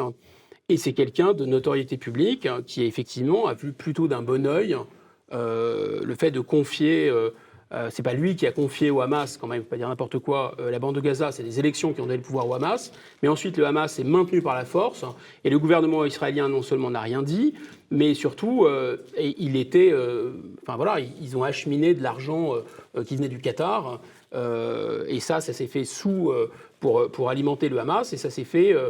pendant le cabinet de Netanyahou.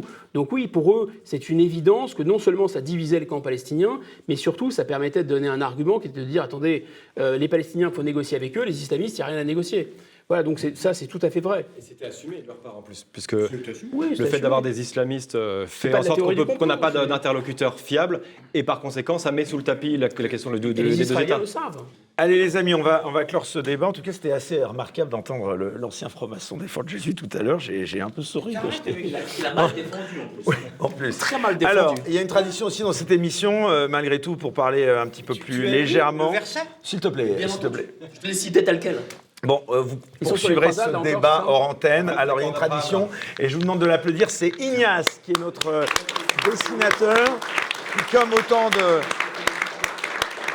de feux, droit de réponse, eh bien, fait des caricatures en direct. Alors, la première, Guillaume Bigot, plutôt pro-israélien. C'est pas qu'Israël soit très, très gentil, c'est que le Hamas est très, très méchant. Voilà pour vous, Guillaume Bigot. C'est un bon résumé, hein. Au tir de roquette, on peut l'applaudir. Au tir de roquette... On aurait préféré « Je te tiens » par la barbichette, et on voit ces deux religieux qui sont tenus par, réciproquement. Quand le Hamas frappe Israël, ça donne ça. On voit Netanyahou avec, évidemment, le drapeau turc, si je ne me trompe. Quand Israël frappe le Hamas, ça donne ça. Et cette fois, on voit... je vous laisse voir. Pas facile d'être chrétien au Proche-Orient, pas grave, on pardonne 11 fois, 7 fois. Voilà. Les Français, face au conflit israélo-palestinien, on est pris entre terrorisme intellectuel geôlier et terrorisme tout court. Proche-Orient, le conflit est tellement... Il est inspiré aujourd'hui. Proche-Orient, le conflit est tellement clivant qu'on n'en sort pas indemne, même quand on est neutre. Et là, je pense que c'est pour Greg. Voilà. Un regret pour Éric Morillo, j'aurais dû porter la mantille pour faire honneur à mon invité, Monsieur Bigot. Facile. Voilà, facile. Allez, tout de suite, interview confession et on enchaîne avec le second et dernier débat. Donc. Avec Appert, sortez des marques woke.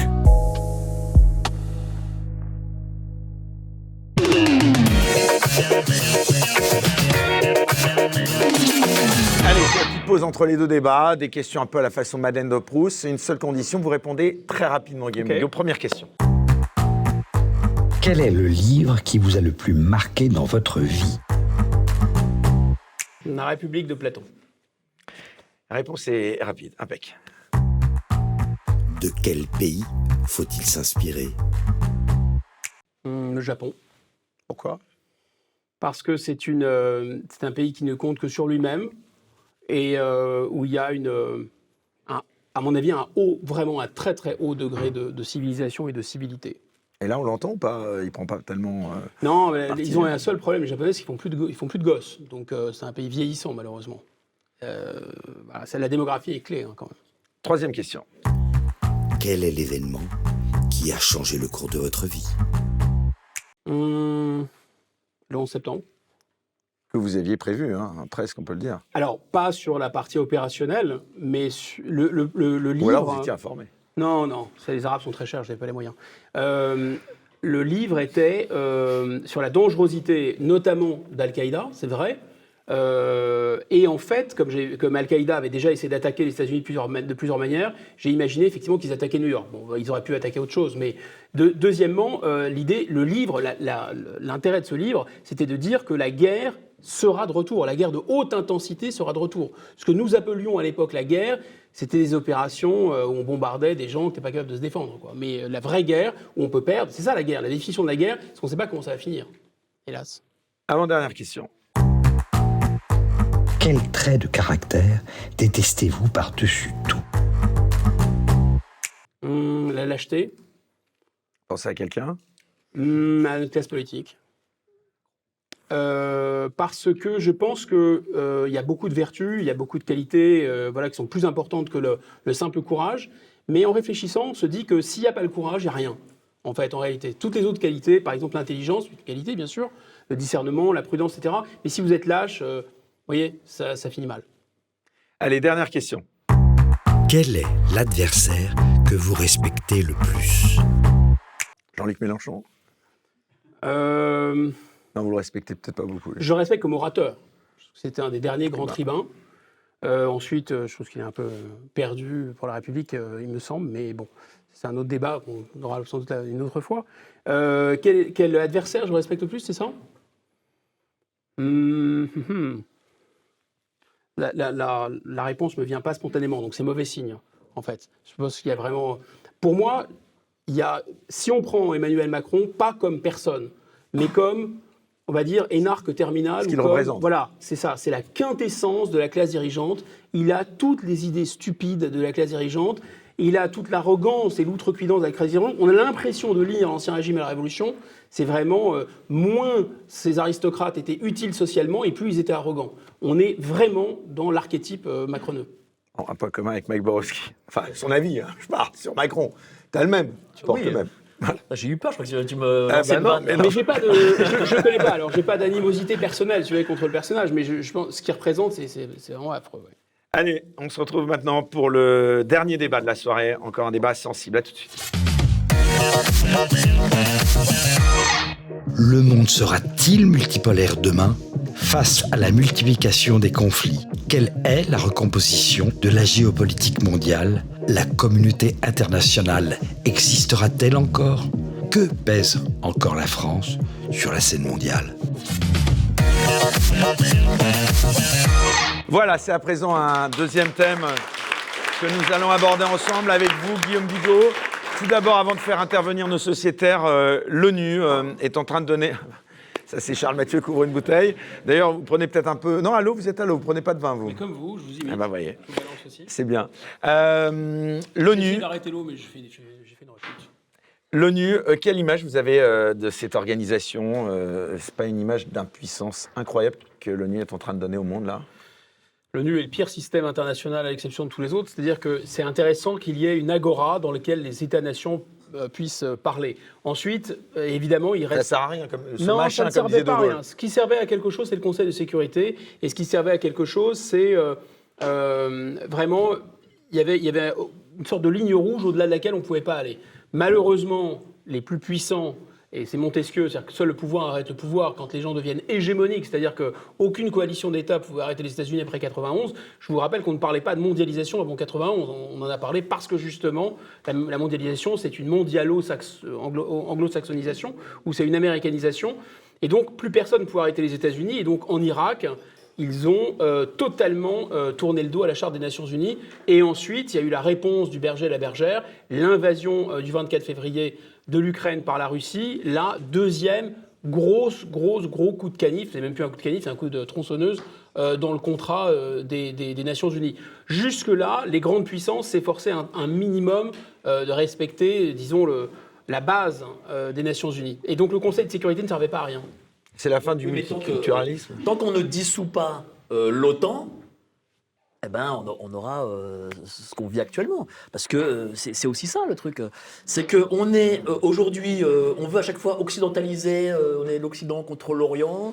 On a cette OTAN qui, normalement, doit être dissous. N'oubliez pas une chose, c'est qu'il y a quand même 3 guerres en même temps. Aujourd'hui, de haute intensité, il y a Russie, Ukraine, même si on n'en parle plus, elle existe toujours. Il y a des Ukrainiens et des Russes qui meurent aujourd'hui. Il y a Arménie, Azerbaïdjan, actuellement en plus. Il y a aujourd'hui le Moyen-Orient, et peut-être même qu'il y aura une 4e et une 5e guerre. Les Américains sont très contents d'avoir plein de peuples vassaux avec eux. On n'a pas à attendre de dissoudre l'OTAN. Il faut nous en sortir pour pouvoir reprendre notre liberté, pour avoir une voix de la France et pas attendre que ça se dise. Sinon, on peut mais il faut en sortir. Il faut peut-être... La France, il faut qu'elle ait les moyens de dire nous devons dissoudre l'OTAN. Et de toute façon, si on en sort, c'est comme si on avait dissous, de toute façon. Sortons-en. En tout cas, il y a des... Mais l'OTAN, c'est une fausse sécurité en plus. C'est-à-dire que la véritable sécurité, si on était attaqué par un État militairement, c'est la bombe nucléaire. Et c'est nous qui l'avons, c'est pas l'OTAN. La Grande-Bretagne n'a pas d'armes nucléaires indépendantes, c'est vraiment les États-Unis qui l'ont fourni. Donc bon. Ils peuvent pas l'utiliser sans eux. Exactement. Oui, mais l'OTAN, c'est la puissance américaine. Alors, la puissance, c'est ça aussi. Mais la puissance militaire américaine, d'abord, ça veut dire est-ce que vraiment les États-Unis risqueraient une guerre nucléaire si jamais des États de l'OTAN étaient envahis? C'est même pas si sûr. Ça, c'est la première réponse. La deuxième réponse, c'est que ce qui nous menace, qui peut menacer l'ordre public et refaire venir la guerre en France, ça me semble pas être une invasion ni de la Tchécoslovaquie, ni de la Tchéquie, ni de la Hongrie, ni de la Russie, ni de l'Allemagne. C'est sûr, mais l'OTAN provoque. Donc ces forces conventionnelles de l'OTAN ne servent à rien. Non, mais ça c'est logique. Mais c'est quand même l'OTAN qui provoque. C'est-à-dire là, en gros, Russie-Ukraine, c'est quoi? C'est la guerre de l'OTAN en réalité contre la Russie. C'est pas essentiellement l'Ukraine contre la Russie, parce que sans l'OTAN, l'Ukraine, il serait balayé. L'Ukraine, c'est pas un pays qui est monochrome ou monocorde. D'ailleurs, il y a eu des élections plus ou moins frelatées depuis la fin de la guerre froide dans ce pays, et on a vu que ça oscillait. C'est-à-dire tantôt il y avait des pro-ukrainiens, tantôt il y avait des pro-russes, tantôt des pro-ukrainiens, tantôt des pro-russes, etc. Donc, et tantôt des coups d'État, exactement. Donc la population ukrainienne, elle n'est pas totalement homogène, elle n'est pas ni rangée totalement derrière le drapeau ukrainien, ni non plus, il faut le dire, rangée derrière le drapeau russe. C'est un pays qui est par définition divisé. Ukraina en russe, ça veut dire frontière d'ailleurs. C'est vraiment un pays de frontière. Il y a plusieurs Ukraines. De toute façon, il y a une Ukraine qui n'a jamais été russe. Ça, c'est sûr, ça part de la Galicie à l'Empire austro-hongrois. C'est des gens qui ne sont même pas orthodoxes, qui sont des catholiques uniates. Et il y a par ailleurs des gens qui sont culturellement russes, mais ce n'est pas parce qu'ils sont culturellement russes qu'ils veulent être russes. Je vous rappelle que les gens d'Alsace-Lorraine, ils sont culturellement allemands, ils avaient une langue qui était plus proche de l'allemand que du français, et en même temps, ils ont pris fait et cause pour la France. Donc c'est plus compliqué que ça. Sinon, on est dans le choc des civilisations, on est déterminé par, je sais pas, nos identités, nos langues, nos religions, et on est forcé de penser d'une façon ou de l'autre. En fait, je pense que dans l'Ukraine se joue, parce qu'à l'intérieur même de la Russie, j'arrête là, sinon ça va être un cours de 2 heures, à l'intérieur de la Russie, vous avez deux tendances. Vous avez une tendance qui dit que la Russie n'a rien à voir avec le monde européen et occidental. Et puis vous avez un courant, depuis très longtemps, qui veut moderniser la Russie et occidentaliser la Russie. Autrement dit, en Russie, il y a toujours eu des gens qui regardent vers l'Est et des gens qui regardent vers l'Ouest. D'une certaine façon, c'est ce qu'on retrouve aussi à l'intérieur des russophones d'Ukraine. Il y a des russophones d'Ukraine qui rêvent, à mon avis, ils rêvent complètement, à avoir le niveau de vie des Européens, à avoir, disons, se débarrasser de la corruption qui est endémique en Russie et qui est évidemment encore plus endémique en Ukraine. Tout ce qu'on reproche à la Russie, c'est-à-dire le pouvoir autoritaire, la violence, la corruption, on le retrouve puissance 10 en Ukraine. C'est pour ça que c'est une blague de dire qu'en défendant l'Ukraine, on défend la démocratie. En Europe, on a aussi la corruption. Mais c'est une question aussi complexe, l'Ukraine. Voilà, c'est une question complexe. C'est-à-dire, c'est pas les gentils contre les méchants. Moi, j'aimerais qu'on sorte de l'Ukraine un instant. Divisé, en fait. C'est quoi, je vous pose la question à tous, c'est quoi les grands pôles qui vont structurer le nouvel ordre mondial d'après vous, Guillaume, et puis vous me répondez tous après. On parle beaucoup des BRICS. Il y a un pays dont on parle peu, mais qui me semble le pays vraiment qui émerge de plus en plus, c'est l'Inde, en fait. D'abord parce que la Chine, je connais pas mal la Chine. La Chine, évidemment, il y a une montée en puissance de la Chine à tous égards, et même d'ailleurs au plan culturel, les gens ne se sont pas rendus compte, mais quand un pays est extrêmement puissant, parce qu'on est tous des mammifères humains et on est tous finalement un peu conditionnés par le comportement du dominant sur un territoire. On peut considérer que la Terre, c'est quand même un territoire. Et la Chine est tellement puissante maintenant qu'elle nous influence sans même qu'on s'en rende compte. À mon avis, toutes ces histoires de passe vaccinal, etc., enfin, on est complètement déjà dans une espèce de cynisation du monde, en réalité. On regarde, il y a beaucoup de choses, enfin, la nourriture asiatique, la cuisine asiatique, enfin, tout ça est monté en puissance. Les jeunes générations, il faut leur poser la question à eux, pas à moi, je suis plus jeune, mais j'ai l'impression qu'ils ne regardent plus du tout du côté des États-Unis. Ils sont plus fascinés par le modèle américain, par les États-Unis, etc. Donc on voit bien déjà cette influence de la Chine. Mais la Chine, elle est quand même assez fragile. Si elle est très puissante, c'est aussi quelque chose qui est l'ordre d'une cocotte minute. C'est-à-dire vous avez le couvercle du Parti communiste chinois. Pour connaître la Chine, je peux vous dire que tous les Chinois n'apprécient pas trop leur gouvernement, nécessairement. Et on a vu, c'est peut-être une première dans l'histoire millénaire de la Chine, pour la première fois, l'empereur de Chine un peu donné raison au pouvoir. Parce que là, il y a eu une telle pression mise pendant le Covid, à un moment, Xi Jinping a senti que ça allait sauter. Donc, comme il y a eu une telle pression, il a dit, bon, bah, finalement, on va lever un peu les interdictions. Donc, la Chine, ça a l'air d'être un monolithe, ça a l'air d'être un bloc, mais il faut s'en méfier. La Chine est rongée par comme la Terre entière d'ailleurs, il faut dire, par un vieillissement démographique très très grave. La Chine est rongée, l'effet de l'enfant unique, c'est aussi l'enfant roi, et les Chinois ne sont pas à l'abri de ça. la Chine a des fragilités intérieures, alors que l'Inde, c'est un peu le bordel, hein, c'est le bordel organisé. Il y a des émeutes intercommunautaires, etc. Parce qu'on parle beaucoup de l'islam en Occident. Alors je peux vous dire que l'islam, le christianisme et le judaïsme, ça peut encore cohabiter, puisque l'islam est guerrier et l'islam est un monothéisme qui s'inscrit à la suite du judaïsme et du christianisme. Par contre, pour l'islam, un hindouiste, c'est-à-dire un polythéiste, ah ben non, là c'est pas possible. Et donc la coexistence a toujours été compliquée, d'où la partition de l'Inde, hein, qui était une tragédie épouvantable. La coexistence entre l'hindouisme et l'islam est très compliquée. Donc c'est bordélique, l'Inde, indiscutablement. Il y a beaucoup de corruption, etc. Mais c'est une société qui garde ses traditions, qui garde une société villageoise, qui a une indépendance agricole. Et c'est un pays qui s'est fondé non pas sur des bas coûts de main-d'œuvre, mais qui s'est fondé sur aussi l'investissement dans l'intelligence. Ils ont investi beaucoup dans les hautes technologies, ils ont investi beaucoup dans l'informatique.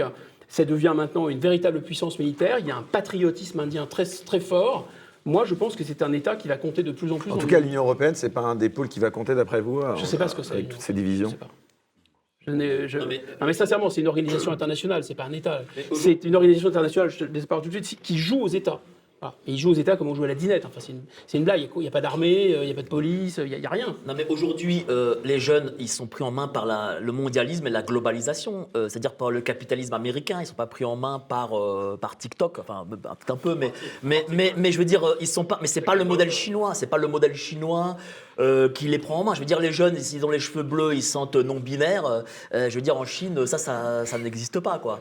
Donc là, je suis quand même un peu surpris de cette analyse, pour le coup. La Chine sait très bien comment elle peut utiliser ses réseaux, sa puissance économique et sa puissance politique pour faire en sorte qu'un certain nombre de choses qui affaiblissent la France structurellement et sa population se déverse à une vitesse grand V. Regarde la gueule du TikTok en Chine, regarde la gueule du TikTok chez nous. Là-bas, ils ont dans quel théâtre il faut aller cette semaine, quelles expos sont sympas à Shanghai, c'est pas du tout la même chose. Les Chinois n'ont jamais eu envie de nous imposer leur culture. Mais c'est pas une idéologie chinoise qui est mise dans la tête des jeunes. Moi, j'ai pas dit que la Chine domine le monde, j'ai dit qu'on sent émerger une influence déjà de la Chine, alors même que la Chine n'est pas encore sur la scène internationale. Bon, là, ils ont envoyé 6 bateaux en Méditerranée orientale pour dire qu'ils faisaient quelque chose. Et ils ont quand même déjà maintenant réconcilié l'Iran et l'Arabie Saoudite, ce qui n'est pas tout à fait rien, et arrêté la guerre au Yémen.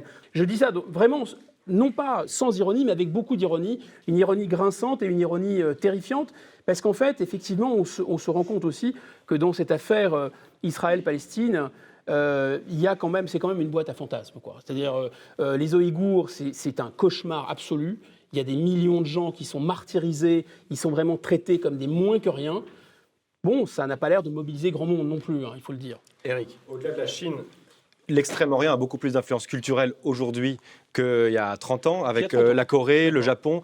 Si on voit la Turquie, les séries turques qui ont un succès fou dans tout le monde musulman et dans toute une partie de l'Afrique, Bollywood également, alors que dans les années 90, les Américains contrôlaient quasiment tous les militaires, toute la puissance militaire du monde, toute la puissance culturelle du monde, mais cette parenthèse est terminée.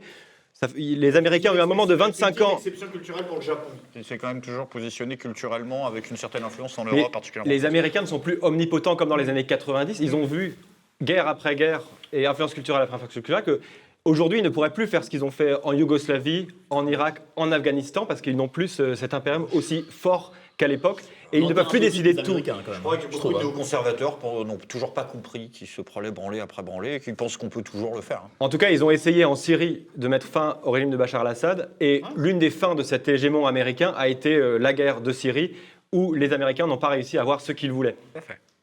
Quel doit être le rôle de la France dans cette nouvelle donne géopolitique mondiale, d'après vous ? Fermer sa gueule, pour commencer. Oh, je dirais plutôt... Non, mais déjà, peut-être même un peu plus s'ouvrir, parce qu'on n'entend pas trop la France. En fait, la France, c'est une puissance d'équilibre naturellement. La France n'a plus d'ennemis depuis que le problème allemand est résolu. Donc, le rôle que pourrait jouer la France, c'est effectivement de revenir. On peut le cartographier pratiquement.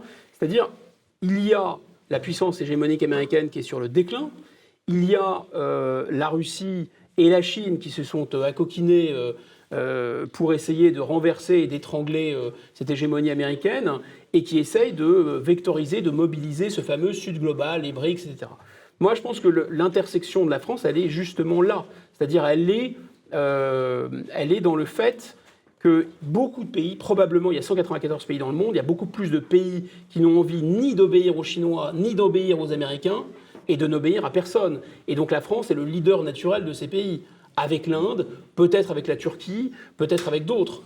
Qui nous aiment, nous suivent. C'est ça le rôle naturel de la France et la mission naturelle de la France. À partir du moment où on veut faire l'Europe, puisqu'on a un complexe d'infériorité, puisque les idiots qui nous dirigent n'ont pas compris que ce n'est pas la taille qui fait la puissance.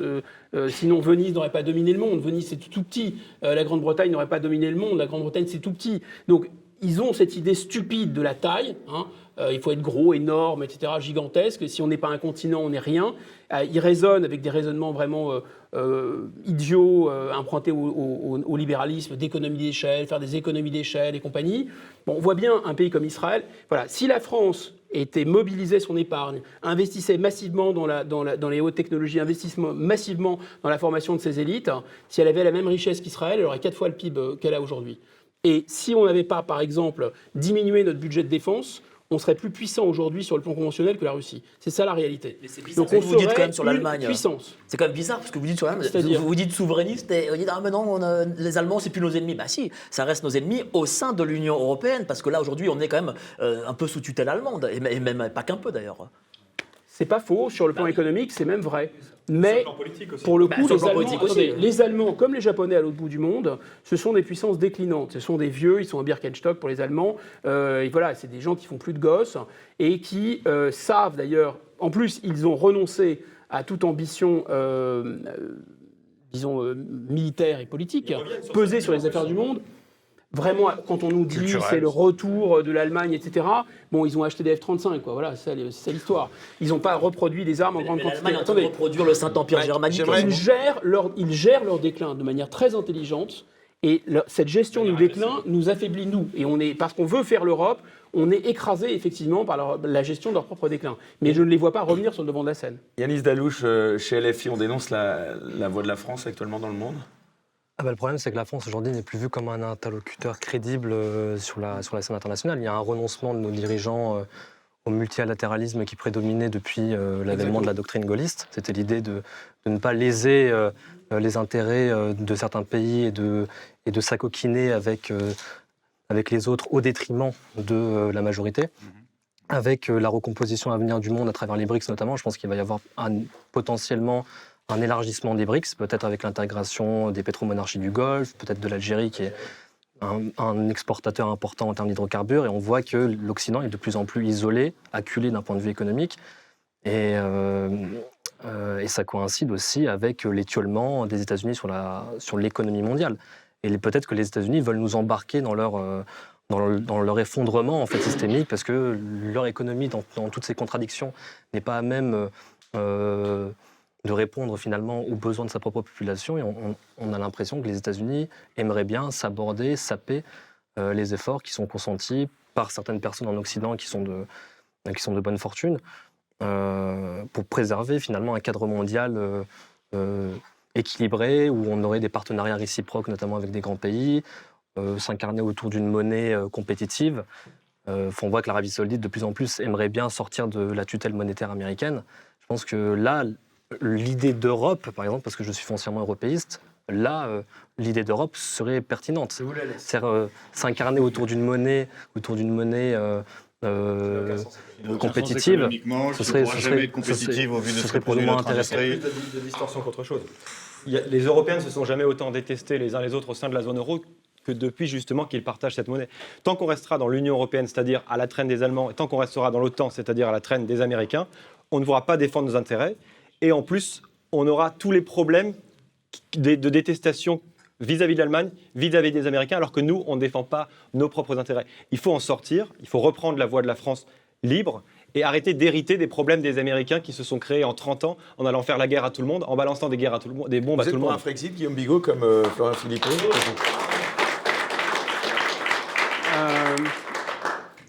C'est un piège puisqu'ils ont vraiment matrixé la population, il n'y a pas d'autre terme, et que si vous dites Frexit, vous perdez tout de suite. Le général de Gaulle n'a pas dit on part d'Algérie en 58.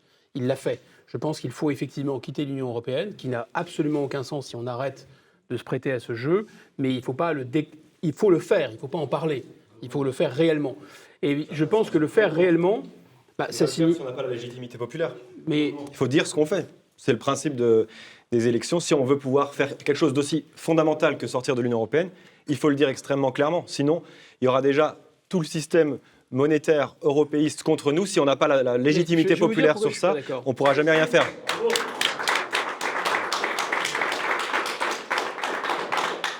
Moi, je pense qu'on partage un point qui est que tout ce qui s'est passé après le référendum de 2005 est non seulement illégitime, mais de mon point de vue illégal. C'est-à-dire c'est une atteinte très grave à la Constitution. Absolument. Un jour que les gens qui ont fait ça répondent de ce qu'ils ont fait. C'est clair. Mais en attendant, quand vous sortez du régime de Vichy, enfin attention, je n'ai pas comparé l'Union européenne au régime de Vichy. Hein. Dans toute comparaison, il y a des points qui invalident totalement la comparaison. La comparaison, c'est juste un moyen de raisonner. C'est un régime il y a un point de comparaison, ceci dit, c'est quand la Chambre de la Troisième République a voté les pleins pouvoirs à Pétain, ces députés ont disposé ou ont aliéné un pouvoir qui ne leur appartenait pas. C'est-à-dire c'est le peuple français qui les avait élus. Et ils ont aliéné ce pouvoir en le donnant au maréchal Pétain. Bon, là, on peut dire, la seule analogie, c'est celle-là, que les représentants du peuple français ont décidé d'entériner le traité de Lisbonne qui revenait sur le nom de 2005. Donc à partir du moment, là, moi, à mon avis, on est rentré dans quelque chose d'illégitime et d'illégal. À partir de là, pour sortir de Vichy, vous n'avez pas respecté les règles de Vichy pour sortir de Vichy. On s'en fout de respecter la légalité ou la règle, si vous voulez, de Vichy. L'analogie, l'analogie avec ça, c'est qu'on ne va pas faire comme les Britanniques, c'est-à-dire se mettre dans un processus long et douloureux comparable au Brexit, parce que le Brexit, ça a duré 2 ans ou 3 ans. On ne va pas respecter les règles européennes pour sortir de l'Europe. On n'est pas obligé de faire ça. On n'a absolument pas besoin de faire ça. Non. Il suffit simplement de reprendre nos billes, de faire ce qu'on a envie de faire, c'est tout. D'avoir le peuple avec nous. On n'a pas à suivre tout ce qui a été fait en Angleterre de la même manière, mais on a juste, à partir du moment où on a la légitimité populaire et le peuple français s'exprime clairement pour dire nous ne voulons plus être dans l'Union européenne, nous ne voulons plus de ces chaînes, nous voulons être libres. À partir de ce moment-là, il suffit de le dire. Et on n'a pas besoin d'entrer dans toutes ces paperasseries, etc. On reprend notre liberté. Nous-mêmes, on n'a pas à attendre l'onction de fonctionnaires de Bruxelles. Mais quand on est libre, on n'a pas besoin de demander l'autorisation de devenir libre. Mais quand on est libre, on n'a pas besoin de demander l'autorisation de... Il suffit de ne pas appliquer les traités. Je comprends ce que veut dire Guillaume Bigot. C'est pas la peine de faire un... Dès l'instant où vous annoncez que vous avez une intention de rupture sèche, et pas forcément que sur la question européenne, ça peut être sur des questions de redistribution des richesses, ça peut être sur vraiment des questions lourdes. À un moment, vous dites des choses qui vont profondément bouleverser l'ordre oligarchique, c'est évident que vous avez tout un appareillage médiatique et politique qui se met en place pour que vous n'ayez aucune chance d'aller au bout de l'aventure. Donc c'est vrai que tactiquement, je comprends, et c'est vrai que par honnêteté vis-à-vis des gens qui vont voter sur un tel projet de rupture, tu vois, j'aimerais pas, je sais pas, moi demain voter pour, je sais pas, Mélenchon, il arrive au pouvoir, et il me dit, finalement, salaire maximum, c'est 30 000. Ah non, j'étais pas au courant, excuse-moi, j'aurais aimé savoir. C'est vrai que tactiquement... Greg, il n'y a pas que le fait de ne pas prendre les gens en traître. Si son argument, c'est de dire qu'il ne faut pas prendre les gens en traître. Il ne faut pas prendre les gens en traître. Mais moi, je dis autre chose. Je dis que ce n'est pas la peine de respecter les traités et de se faire entuber et de perdre très cher, d'être attaqué par les marchés financiers et de faire plaisir à toute cette machinerie européenne, de négocier 3 ans avec eux pour finir essorés pour respecter les traités. Je veux dire, on n'a pas besoin de respecter les traités. Ces traités sont illégitimes. On parle d'un nouvel ordre mondial, on parle de l'Inde, on parle de la Chine. La France, si elle sortait... à reprendre les uns après les autres pour voir... Elle pourrait exister dans ce monde-là, Éric Richard-Hermos. Que dans ce monde-là, puisque aujourd'hui, la France, on a vu Macron qui disait tout et n'importe quoi sur le Proche-Orient, elle n'est pas entendue quand il dit n'importe quoi. Pourquoi pas si elle était sortie de l'Europe? Mais bien sûr, parce que les personnes qui veulent négocier avec le grand Occident préfèrent parler aux États-Unis ou préfèrent parler à l'Allemagne tant qu'on est à leur remorque pour pouvoir être écoutés, pour pouvoir avoir quelque chose à apporter dans le concert des nations et notamment à défendre notre intérêt et l'intérêt de la paix dans beaucoup de zones du monde, dont le Proche-Orient. Il faut qu'on ait notre propre voix et pas qu'on soit aussi belliqueux que les néocons américains qui sont de moins en moins néo, et on doit au maximimum reprendre notre liberté. Tant qu'on sera les sbires des États-Unis, les autres pays n'auront aucun intérêt à nous parler. Par contre, je suis pas sûr qu'une sortie de l'Europe nous rendrait plus crédibles tant qu'on a un président de la République qui parle de Robinson Crusoe et qui tripote les gens, quoi. Et qui boit de la Corona en boîte de nuit à 2h du matin. Bon, mais c'est vrai que c'est nécessaire. Mais tout à l'heure, on a parlé un petit peu de religion, et je trouve que c'est intéressant, Guillaume Bigot. Une question un peu en parallèle de ce débat. La diplomatie religieuse, est-ce qu'elle a un rôle à jouer là-dedans? On a entendu le pape, je crois, un appel à la paix de la part du pape. Bon, il n'y a plus vraiment autant d'influence que ça. Écoutez, quand on est le pape et qu'on ne se préoccupe pas que les chrétiens soient persécutés, on n'a plus rien à dire. Enfin, on est totalement inaudible. Voilà. Pas grand-chose d'autre à dire. C'est ce que je dis la dernière fois. Hein. Quand on se fiche de l'Arménie, qui est quand même un allié historique, quand on se fiche des chrétiens d'Orient, alors que la mission française est quand même depuis au moins la Renaissance de toujours protéger les chrétiens où qu'ils soient, ben là, c'est sûr qu'on n'est plus crédible. C'est qu'on file du pognon à Al-Nosra parce qu'ils font du bon boulot pour les décapiter. Et on file de l'argent, enfin, on prend aussi le gaz d'Azerbaïdjan contre nos alliés historiques, évidemment arméniens. C'est sûr que Poutine était plus efficace que le Vatican pour protéger les chrétiens d'Orient, c'est sûr. Est-ce que des superpuissances aujourd'hui peuvent empêcher justement la mise en place d'un nouvel ordre multipolaire, d'après vous? Mais, alors, le multipolaire, les États-Unis, c'est pas leur intérêt. On a toujours été dedans, en réalité. Les États-Unis ont essayé d'installer une hégémonie qui n'a jamais complètement fonctionné, qui n'a pas fonctionné jusqu'au bout. Voilà. Simplement, derrière cette hégémonie, il y a l'idée de singer un modèle, de copier un modèle. Je crois que les gens commencent à en sortir, les peuples commencent à en sortir. Mais il n'y a pas de... Si vous voulez, soit il y a une lecture qui est très tragique des relations internationales. On pourrait se dire que tout ordre mondial, et c'était vrai pour les Nations Unies avec la Charte de San Francisco, ça résulte d'une guerre. D'une guerre justement pour la puissance. Et que là, on est peut-être à la veille d'une guerre pour la puissance, puisqu'on voit la Chine, la Russie le risque d'une troisième guerre mondiale, c'est l'occasion de vous poser cette question. Vous y croyez encore ou pas vraiment, on y serait déjà, c'est pas l'arme nucléaire. La seule chose qui empêche la troisième guerre mondiale, soyons clairs, c'est l'arme nucléaire. C'est effectivement comment on pense le changement de l'ordre du monde et des puissances sans la guerre, qui est rendu impossible avec l'arme nucléaire entre les grandes puissances. C'est ça la question centrale. Paradoxalement, il n'a jamais été aussi grand. On pourrait imaginer que, si vous voulez, un pouvoir ne se laisse jamais faire. Tant qu'il a le pouvoir, il ne se laisse jamais faire. Il ne va pas se laisser briser voilà. Donc à un moment, c'est par la force que l'ordre des choses se renverse. Toujours. C'est vrai à l'intérieur d'un pays, il y a eu 1848, 1870, il y a eu 1958, c'était aussi un changement assez violent. Donc la politique, c'est aussi le rapport de force. Et quand il y a un ordre est établi, pour parler d'un ordre international, bon là il en reste plus grand-chose parce que précisément les garants de l'ordre international l'ont sapé eux-mêmes. Les pompiers sont devenus les pyromanes, donc il n'en reste plus pas grand-chose. Ça fait un peu voilà. Mais là en l'occurrence, les gens qui veulent prendre la main à la suite, ils disent vouloir un ordre multipolaire. Il ne faut pas les croire. Ni la Chine ni la Russie veulent un ordre multipolaire. La Russie et la Chine utiliseront tout le pouvoir qui leur sera accordé en quelque sorte. Maintenant, est-ce qu'ils peuvent renverser cet ordre des Nations Unies, etc., sans qu'il y ait une espèce de grande conflagration, une grande guerre, etc. En vérité, je vais vous dire, la question est à mon avis, mal posée. La question n'est pas celle d'un ordre multipolaire, la question c'est celle du désordre. Pour moi, on n'est pas du tout à la veille de la Chine, la Russie vont supplanter les États-Unis et fabriquer un nouvel ordre mondial. Non, on est à la veille de quelque chose qui ressemble aux invasions barbares. C'est-à-dire, on est à la veille d'un effondrement des États sur eux-mêmes. Et pas seulement dans le monde occidental d'ailleurs. On voit bien que les démocraties sont un peu minées de l'intérieur, on l'a vu aux États-Unis, ils sont pas très loin d'un moment du retour, d'une sorte de retour de guerre civile. On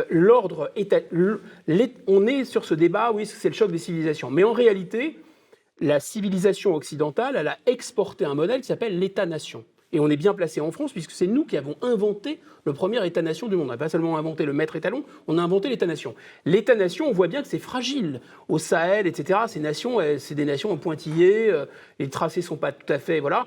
Et nous, ça nous a pris combien de temps d'installer une État-nation stable ? Peut-être pas 10 siècles, mais enfin 4, 5, 6 siècles minimum, avant qu'il y ait vraiment... que le roi de France et Paris puissent assurer l'ordre sur un territoire assez vaste. Ça a pris énormément de temps. Donc évidemment, en Afrique, au Moyen-Orient, où cette État-nation n'existe pas partout, l'Égypte, par exemple, c'est une vieille nation. Mais ce n'est pas nécessairement vrai du Liban. C'est une nation qui est fragile, encore le Liban. C'est évidemment tout à fait le problème. La Palestine, c'est un État très récent, et c'est même pas un État d'ailleurs.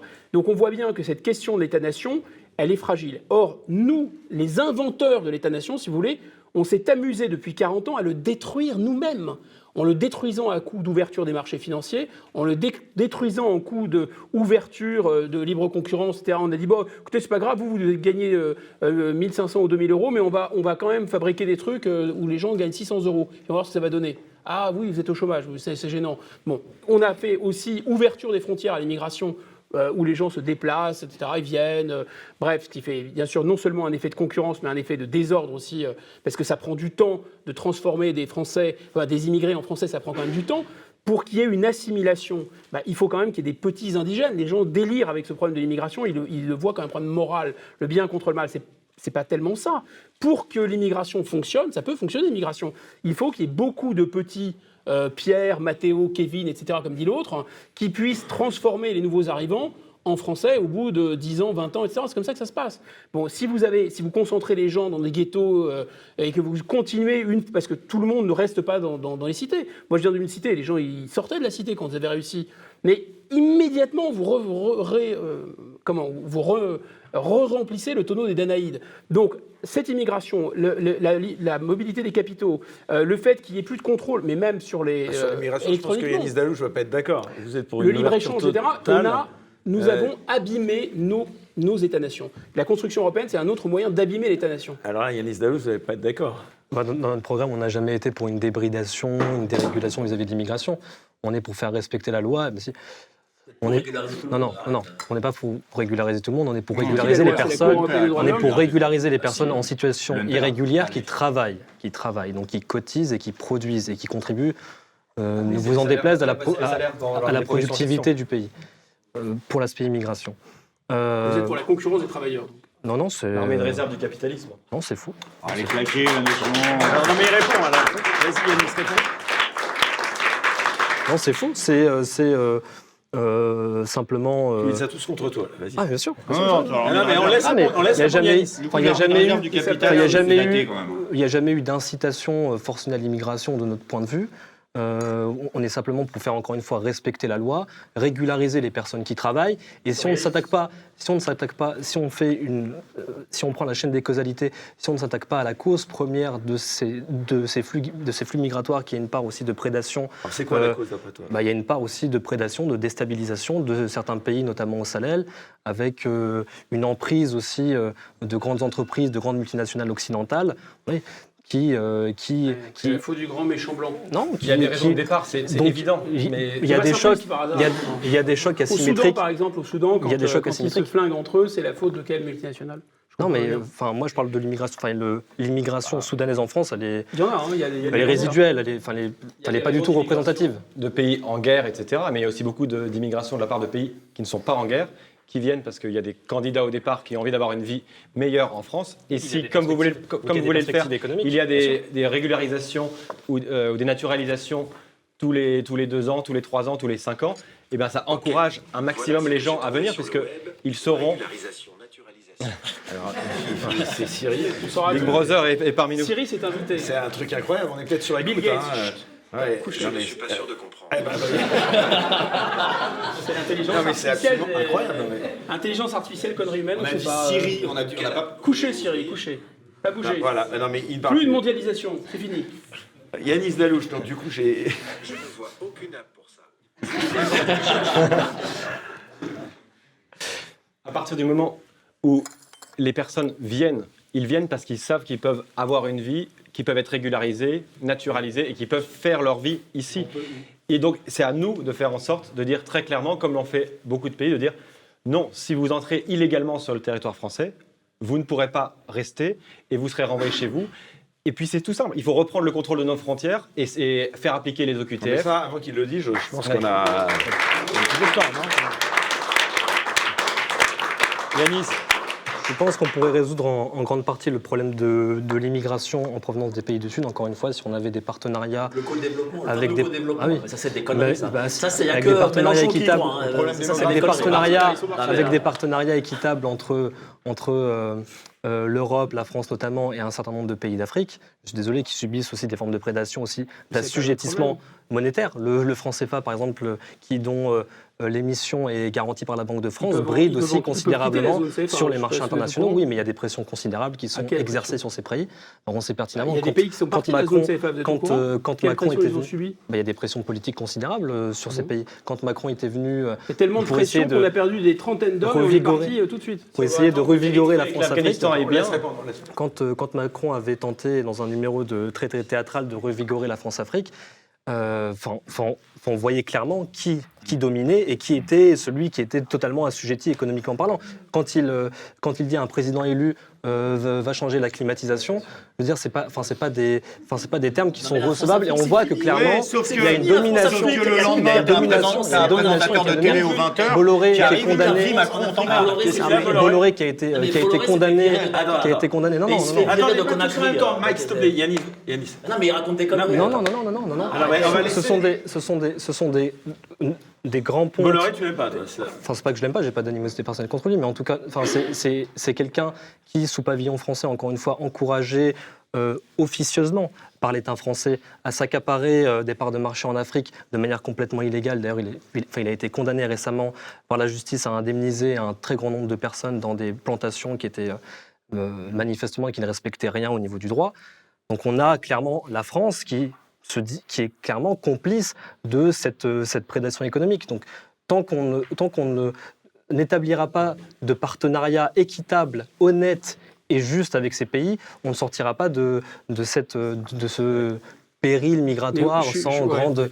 Non, mais aujourd'hui, c'est la Chine, la Russie et la Turquie qui sont en Afrique. Les Africains nous ont virés du Niger. Ils ont viré les Bongos, ils vont peut-être virer les Paul Biya et compagnie. Et genre, c'est la France maintenant qui aujourd'hui le franc CFA est toujours d'actualité, les grandes entreprises sont toujours très bien implantées en Afrique. Mais c'est fini ça. Ça, c'était la France il y a 40 ans. Ça, c'est terminé.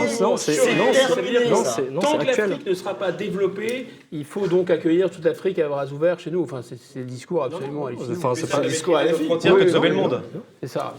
En fait, le problème, c'est que vous coupez, vous êtes des hémiplégiques de la mondialisation. C'est-à-dire que vous voulez la mondialisation des personnes, vous ne voulez pas la mondialisation des capitaux et des. On veut que les gens se maintiennent chez eux. Moi, je ne suis pour aucune mondialisation, ni celle des personnes, ni celle des produits et de la finance. Voilà, je pense qu'à un moment, les pays doivent se développer et arrêter d'implanter des usines à droite, à gauche, etc., pour faire baisser les salaires, ou arrêter d'implanter d'ailleurs des travailleurs pour faire baisser les prix des salaires. Même si c'est un argument qui paraît acculé, c'est quand même un argument très fort, surtout pour les métiers dits. C'est très intéressant cette expression des métiers en tension, parce que justement, la doctrine néoclassique explique que quand vous peinez à recruter des gens, la seule chose à faire pour attirer des gens supplémentaires, c'est d'augmenter les salaires. Voilà. Et évidemment, ce sera fantastique de régulariser les gens, comme ça, vous n'augmentez pas les salaires. On est pour l'augmentation des salaires, donc il n'y a pas du tout d'incompatibilité. C'est complètement incompatible d'être pour l'immigration et pour l'augmentation des salaires. Il y a une erreur de système, il faut revoir. Pour l'immigration, on est pour traiter les gens avec dignité, et encore une fois, je pense qu'on pourrait endiguer un certain nombre. Les Français, quelles que soient leurs origines, avec dignité. Les étrangers, c'est leur problème, et l'Afrique doit se développer elle-même, c'est son problème, c'est pas le mien. Qu'on pourrait faire en sorte de maintenir. Je pense qu'on pourrait faire en sorte, encore une fois, de maintenir ces populations si on n'avait pas cette mise sous tutelle, cette emprise économique qui bride considérablement le développement de ces pays. Et d'ailleurs, quand vous regardez la cartographie de l'immigration dans le monde, les principaux pays concernés par ces vagues d'immigration, c'est les pays d'Afrique eux-mêmes, en fait. Mais ça ne vous gêne pas, c'est pas en la fait, France. Quantitativement, ça n'est pas la France. Ça ne vous gêne pas parce que tout ce que vous dites, dans ce que vous dites, tout n'est évidemment pas faux. Mais là où il y a quelque chose d'ailleurs de complètement grotesque, c'est que nous-mêmes, nous avons renoncé au franc et nous proposons le franc aux Africains. Nous-mêmes, au ministère de la Défense, il faut faire la concurrence mondiale, la concurrence internationale pour produire des grenades ou des mitraillettes, mais par contre, on oblige les États africains à se sourcer en France. Enfin, tout ça est totalement une erreur système et complètement absurde. Là, je serais assez d'accord avec vous, mais pour le reste, la manière dont les entreprises françaises se comportent en Afrique, mais je peux vous assurer, pour connaître un peu le problème, que par rapport à ce que font les Chinois ou les Russes, mais on est des anges, des angelots. Et je souhaiterais, peut-être pendant un siècle encore, que les Africains aient affaire aux multinationales françaises féroces plutôt que se taper les entreprises chinoises ou les entreprises russes. Mais ce n'est pas du tout la même chanson. Hein. Vraiment, je vous assure. La manière dont les Africains sont traités dans ces entreprises, notamment les entreprises chinoises, la manière aussi dont des groupes comme Wagner s'accaparent directement des mines et des matières premières pour se payer sur le dos de la bête et fournir une sécurité privée à des dictateurs sanguinaires, c'est un peu autre chose que Petite France-Afrique. Vraiment, c'est un truc de premier communion, ça, à côté. Hein. Je l'assure. Hein. Eh bien, ce sera le mot de la fin. Et dans ta gueule, Yanis Dalouche, si je peux me permettre. Mais il faut que tu répondes, non? Pas le temps. Allez, tu réponds en une minute. Je pense qu'il y a une forme de relativisme, je dirais pas de sophisme, mais il y a une forme de relativisme quand on regarde les dictatures qui ont été implantées en Afrique avec la complicité des dirigeants européens. Je veux dire, c'était pas c'était pas de la tarte, c'était des régimes sanguinaires, expéditifs, arbitraires, où les gens étaient enfermés, persécutés, où les opposants, d'ailleurs nous accueillons une partie des opposants de manière très très machiavélique. Je pense que la France aurait tout intérêt de préserver des cadres démocratiques en Afrique, de ne pas intervenir, de faire en sorte de créer encore une fois des partenariats équitables. Je pense que ces populations internes pourront se maintenir en Afrique durablement. Bon, tu auras eu le mot de la fin. Le débat dans un autre cadre. Merci beaucoup. C'était donc un plaisir de vous recevoir, cher Guillaume Bigot. Alors, on va terminer avec la caricature d'Ignace, qu'on remercie encore une fois. Tout d'abord, la France ne pèse plus trop sur la scène mondiale, sauf avec le pinard Cocorico. Excuse-moi, je sais pas. Je pense qu'elle est encore pour toi. De moins en moins avec le pinard, malheureusement. Elles sont pour vous les deux dernières. La France manquerait-elle d'ambition? Elle se dit trop dominée, non sum dignus. Ça, c'est pour vous, Guillaume Bigot. Et enfin, la communauté internationale a-t-elle encore du poids? L'ONU est trop nue. Joli. Et puis, alors, donc, il y a un petit cadeau, parce que c'est aussi, d'ailleurs, je le précise, l'occasion de rappeler que si vous voulez un portrait, une caricature, eh bien, rien de plus simple. Vous pouvez faire des commandes sur un site qui va apparaître à l'antenne en ce moment, designas.com. Donc, vous pouvez avoir votre caricature, enfin, en tout cas, votre portrait. Alors, voilà ce qu'il a fait. Donc, pendant donc, cette émission, on peut la montrer. Bravo. Donc là, c'est la version portrait. C'est mieux que la vérité. Et puis, il y a la version quand même caricature. Voilà. Ça, c'est aussi plus vrai. très sympa. Voilà. On peut applaudir Ignace. Merci beaucoup. Eric Richard Mauss, qu'on peut applaudir. Mike Borowski, Yanis Dalouche, Greg Tavidian. Et bien sûr, vous, Guillaume Bigot, sans oublier le public, bien sûr. Et aussi toute l'équipe. On remercie à la réalisation Raphaël, au son Pierre, Maxime, Sébastien et Charles au cadrage, à la prod Arnaud et Marine, et enfin bien sûr Charles Mathieu qui nous fait des ouvertures de bouteilles incroyables. Voilà, on se retrouve dans 15 jours, très bonne soirée à tous, bye bye.